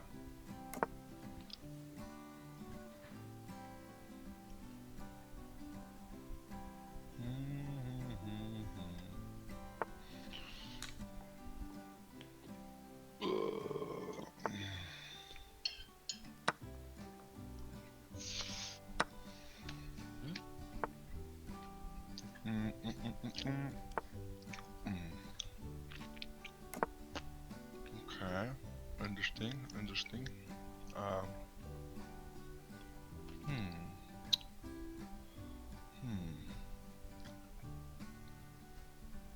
So now this is something that I don't think I've talked about, but when you end up with your kings being on opposite sides where you castle one way, your opponent goes the other way, most of the time what you want to do is you end up trying to attack, because that means that your forces are free to attack towards their king and theirs are free to attack. I actually see a free pawn. I'm gonna take a free pawn. Okay. I think.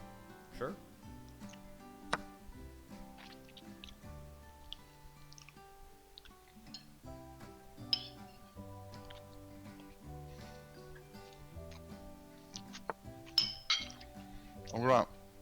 I'm gonna get him out of the way because he's gonna try to lock me in. Yeah, there's nothing. I mean, so far you played a perfect game. There are no comments. I can't comment. Really? Yeah, it's perfect so far. All right. Thank you, champ. Thank you, champ. Appreciate it.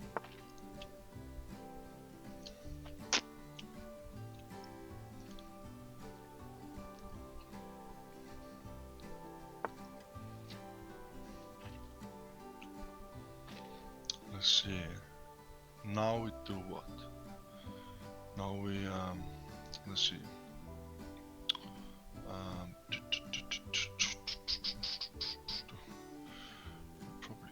Probably kill this guy. Right, remember when you're ahead as well, since you have one extra pawn, you don't necessarily dislike the even trades. Okay.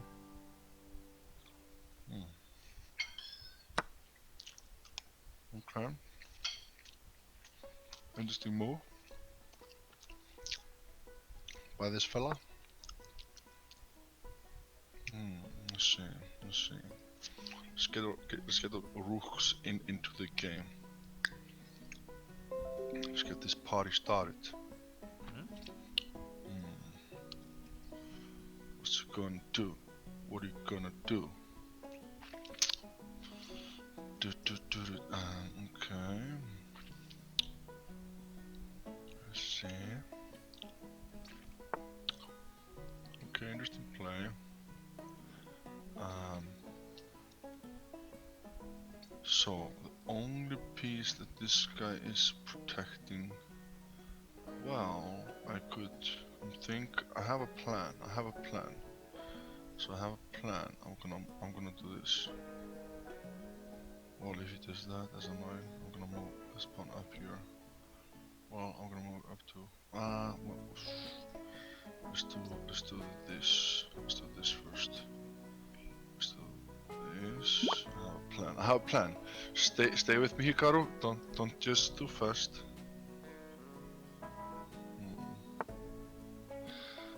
All right. So he does that. Interesting play. Let's see. Let me do that. Good move.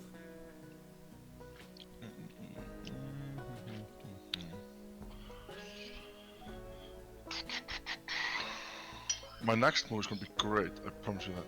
This is you've played very well. You missed one move, but otherwise you played nearly a perfect game.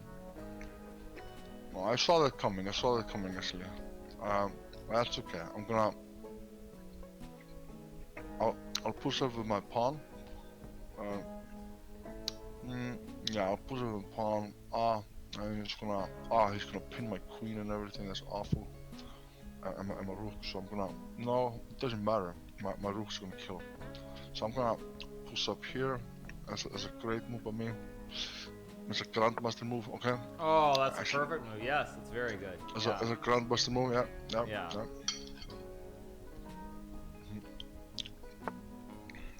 Yep, I knew it. He fucked up big time. He fucked up big time, this guy.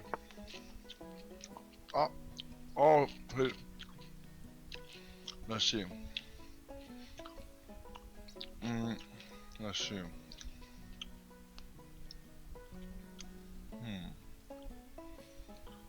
Well, I have to get my rook out of the way.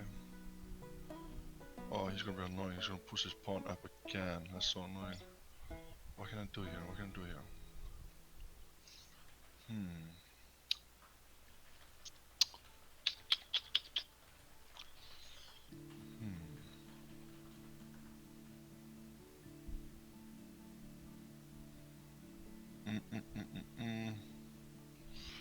I'll do this.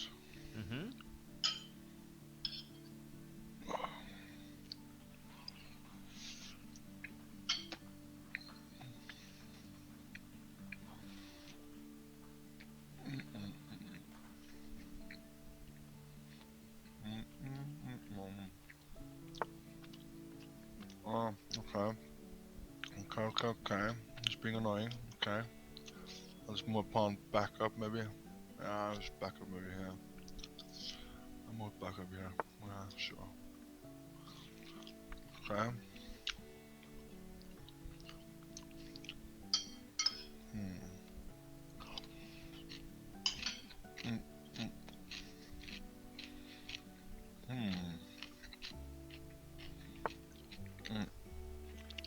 gonna move.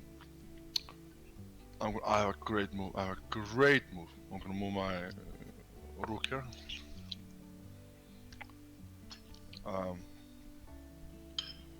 Rook here. Yes, I can actually fucking pin this fucking queen. Amateur level this guy. I'm gonna do this here, check, finish, just kill his queen. Perfect. Oh, you saw it. Yes, you had this earlier as well. No way. Yeah, you had this earlier. The same idea. Yeah. Hmm. No, this is a discover attack. You hit the king and you win the queen next move.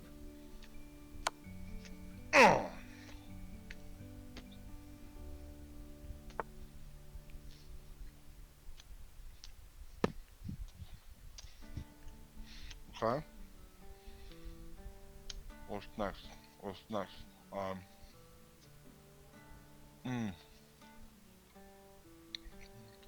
Wow, this steak is dry as fuck. Shit. What's the plan here?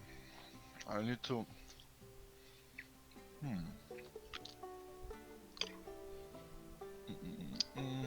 Ah, this pawn's a little annoying to me. I have to fuck up this pawn somehow. I'm gonna push up here maybe. He kills, I kill. Maybe I do that. Maybe I do this.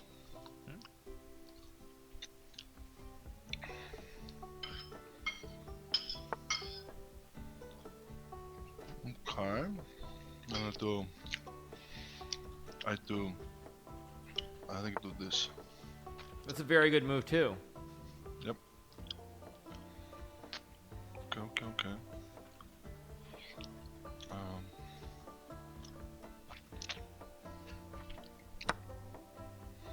He takes with a pawn. Okay, I saw that coming actually. But I take with my queen. I want to take with my queen. I don't want to take with my pawn. Or I take with my bishop. I take with my bishop. Okay. Okay.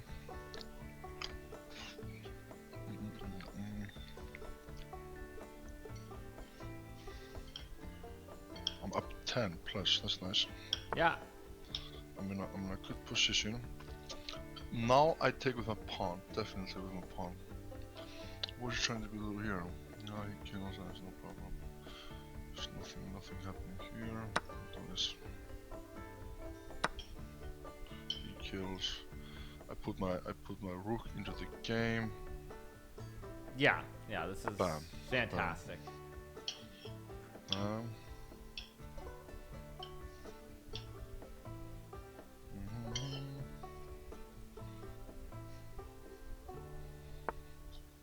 Okay. What is he trying to do? Okay, if I put here, he kills, I kill, he kills, I kill. Yeah, I wanna move these pawns away a little bit. Move these pawns away. These pawns are annoying to me.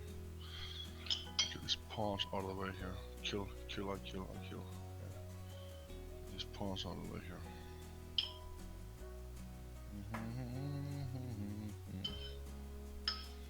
Okay.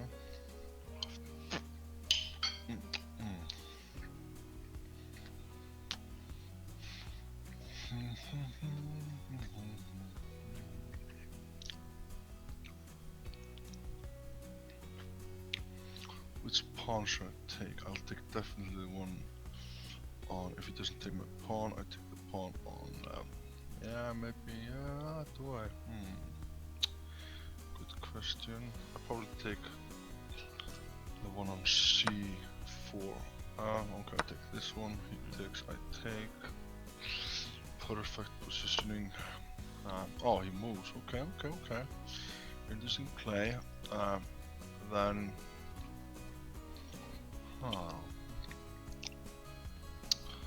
Well.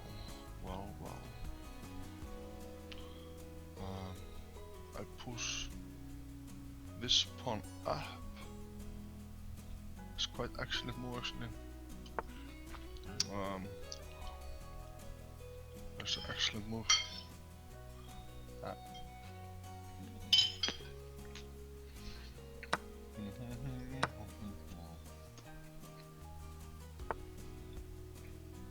Okay, it's trying to pin me here.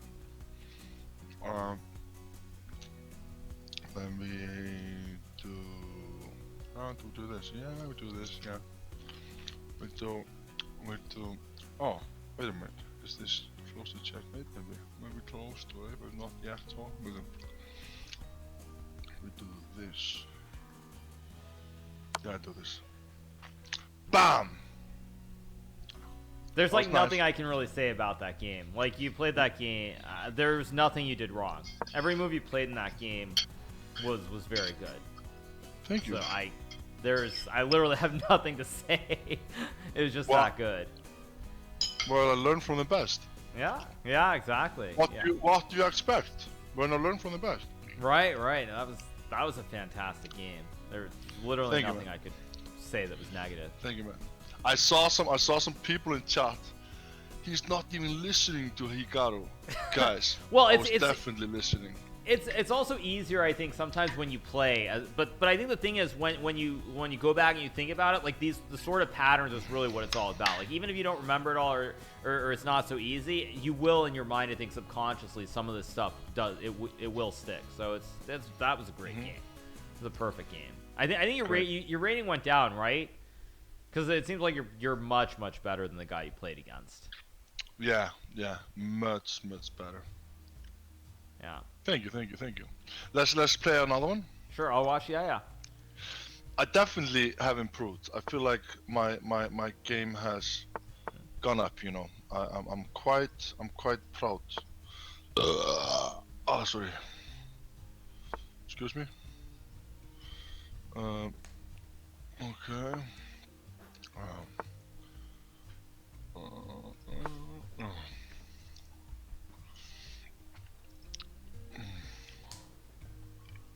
Let's see.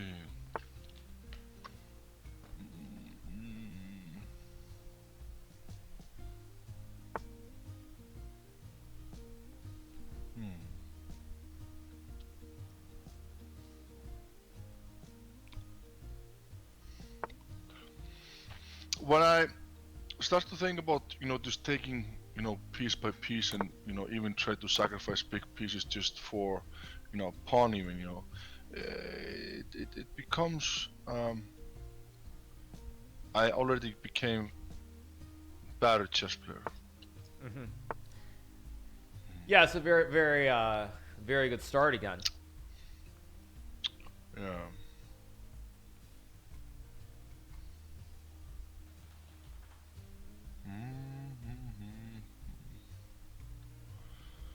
Let's see here.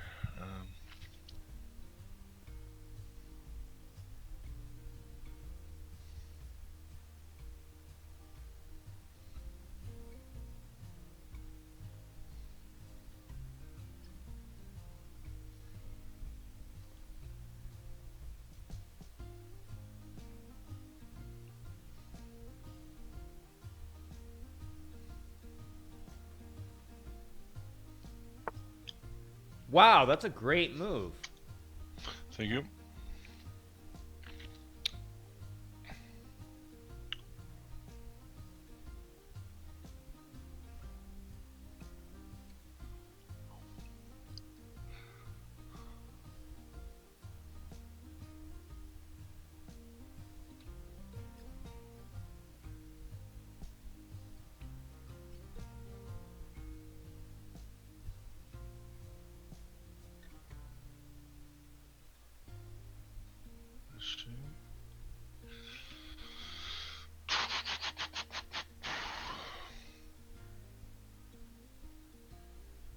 So yeah, normally this is exactly what you want. You developed your okay.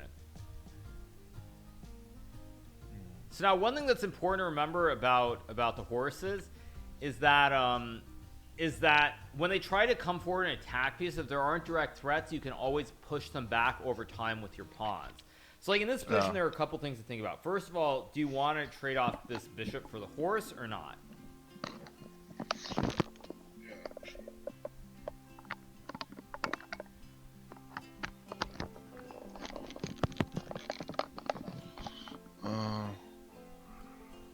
I think I'm going to stick to my plan.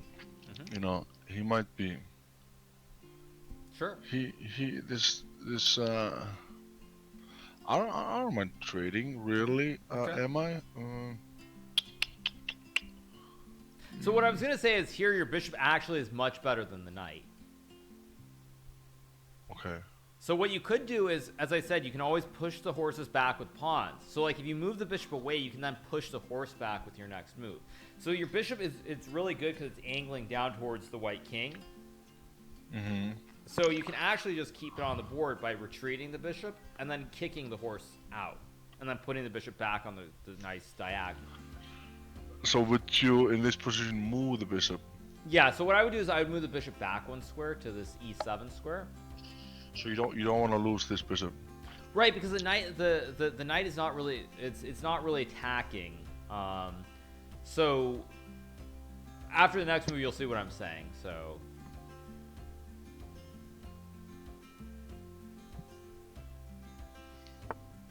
So what you can do here is you can now push the pawn to a6. Because you see what happens is now the horse has to go back. You just push it back with your pawns. Uh-huh. And then you can put your bishop back on that really nice square where it's aiming towards the king. Uh-huh.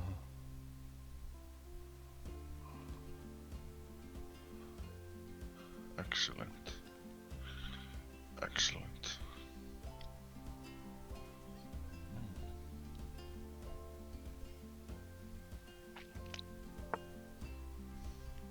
Oh, wow.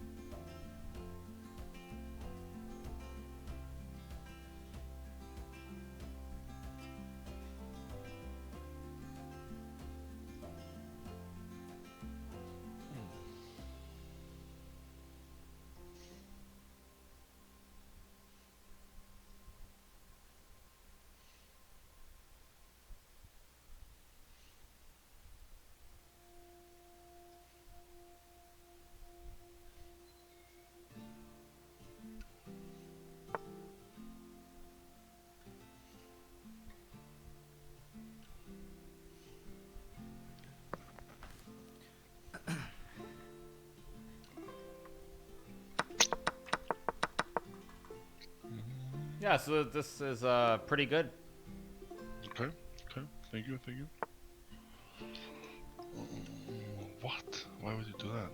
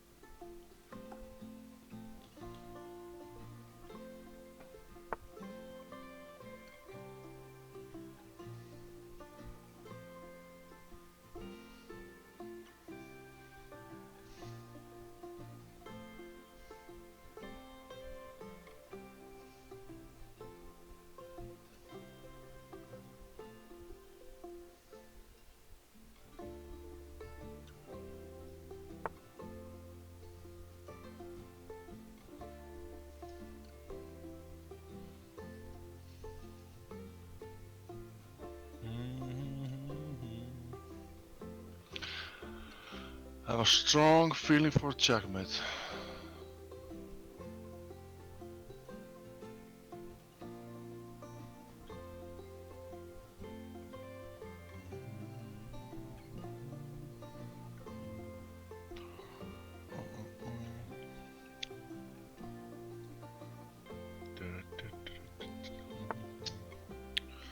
Yes. Nice.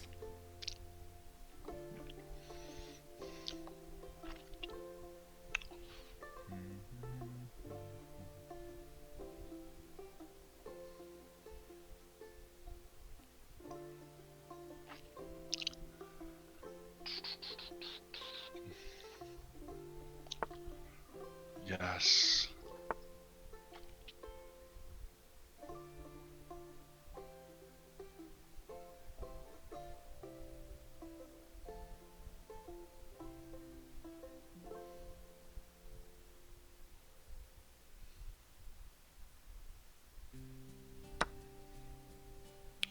Fuck.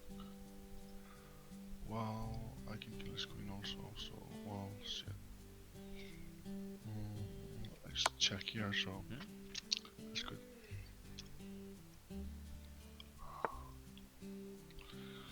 Okay.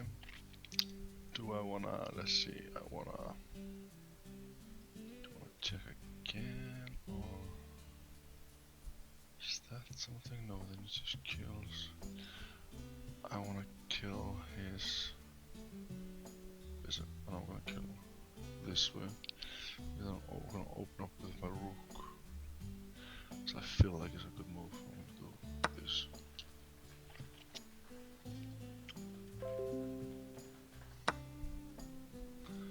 Okay, I am going to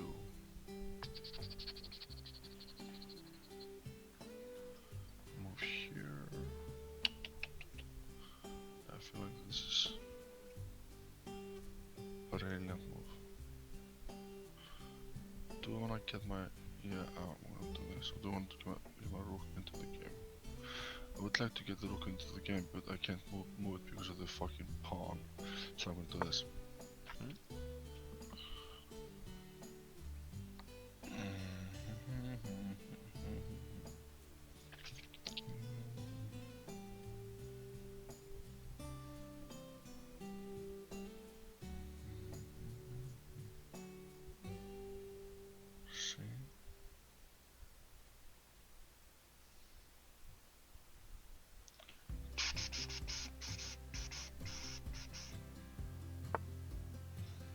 Okay, there's that, and then I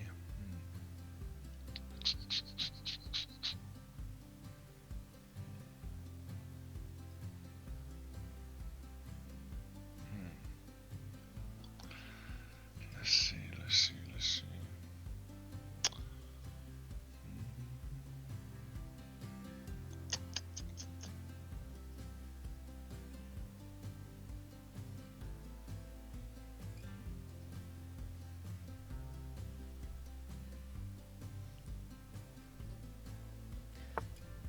Oh, good move. Nice. Another good move. Fantastic. Thank you.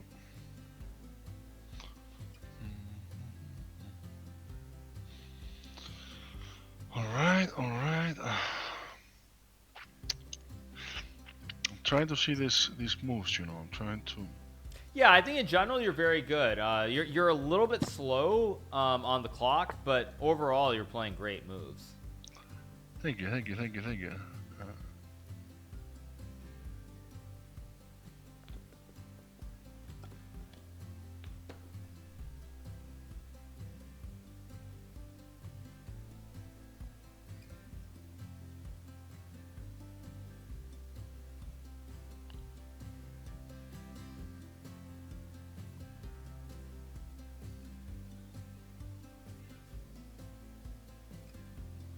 Yeah, I am slow on the clock, that's true.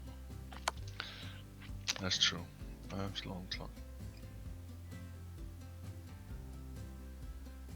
So it was king. Ah. No, down. Okay. Okay. It's actually better for me. Mm-hmm.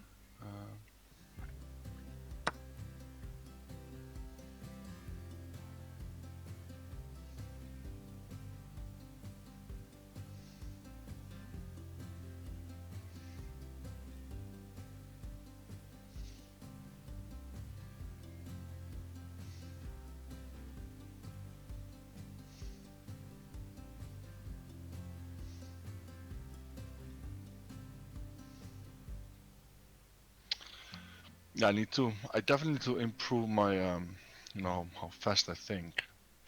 I guess that comes with practice. Yeah, I mean it's not easy, obviously, but I mean, mainly the thing is you're so far ahead in material, you just want to make sure not to lose the material and just play relatively quick moves here.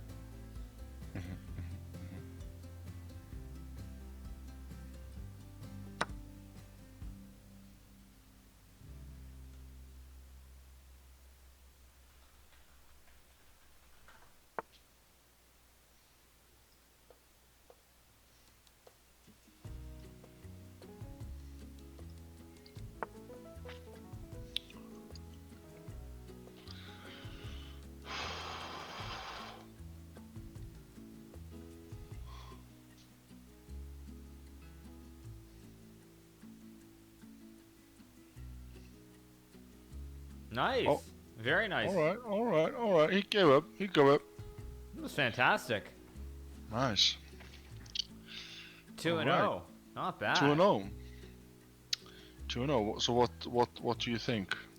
I think like the main thing I would say is you need to play more of the 10-minute. Don't play the really fast control because your rating is way too low. You're much better than 763. So I think the main thing is play more of these slow games, these 10-minute games, and your ranking's going to keep going up as it should. But stay away from the really fast games for the time being because there's no way you should be 763. This is not what your rating is. Like, no, even my whole everyone in chat is saying the same thing. Like like when I see 763, your play is not that of a 700 player.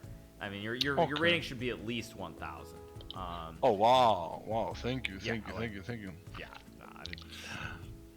Not even a question. But in general, you're doing all the basics right. So I think I mean everything you did in this game was very good.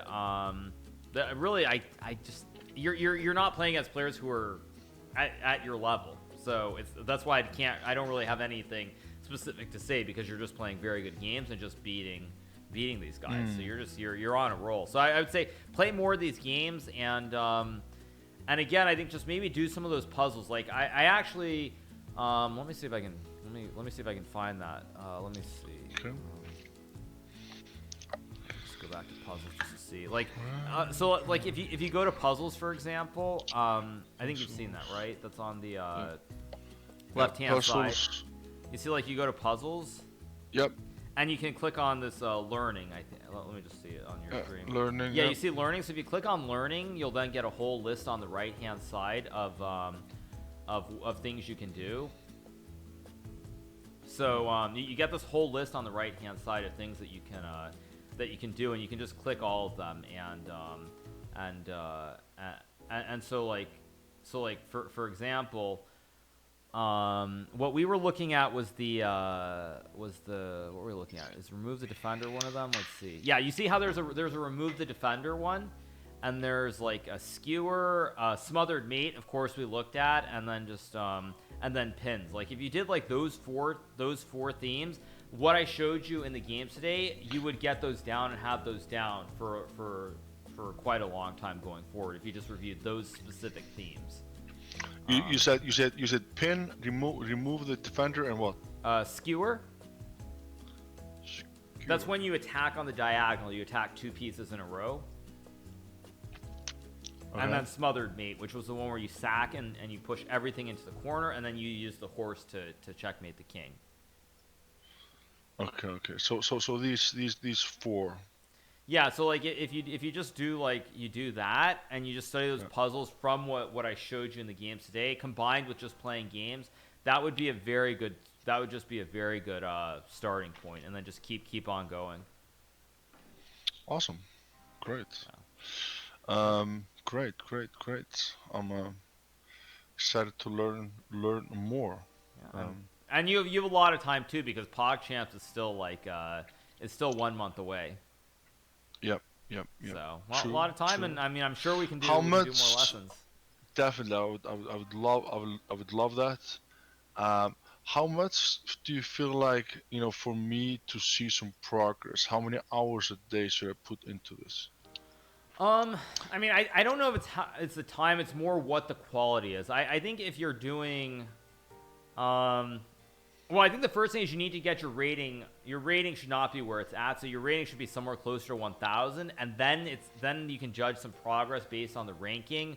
But I would say just like if you're doing puzzles, if you're doing them quicker, not even like really fast, but you just a little bit quicker every single time. That's another way of judging the progress. So I would say, I mean, even like just like, I would say maybe 1 to 2 hours a day is enough. Like if you're just playing, let's just say you play like 6 to 10 games, and the rest you do puzzles. That's good enough. But it's important not to do too much because you're gonna get tired, and then like the progress that you will see, you'll start doing worse in the games and in the puzzles. So it's very important just to do enough, but don't overdo it and do like too many hours a day. All right, so like six games a day, and some puzzles. Yeah, that's what Right. what I would recommend. Yeah. So you think if I do 6 games a day and puzzles, I'm gonna win or what? I think you have a very good chance of winning. Yeah. You think so? Yes, I think I think if you put in the work consistently, you're going to have a very good shot at winning Pogchamps. Okay, that's interesting. You're one of the I'm favorites. definitely. Your understanding is very good. That's awesome. Thank you so much.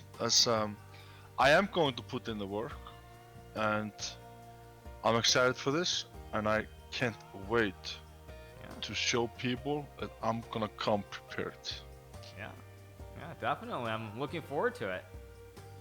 That's exciting. Great. Awesome. I feel like I'm taking so much of your time. Do you have any other questions?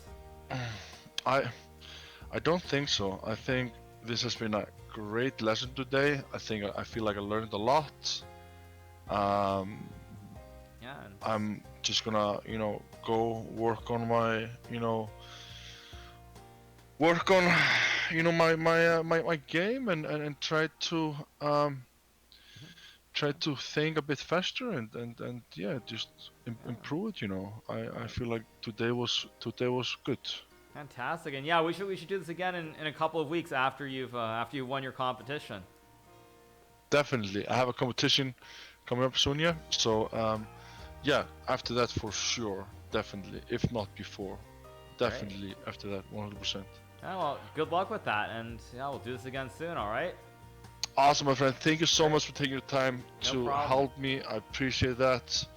Thank you so much again, man. Yeah, have a great rest of your evening and stream. You too, my friend. Take care. All right. All the best to you, man. Okay. See you. Bye. Bye bye.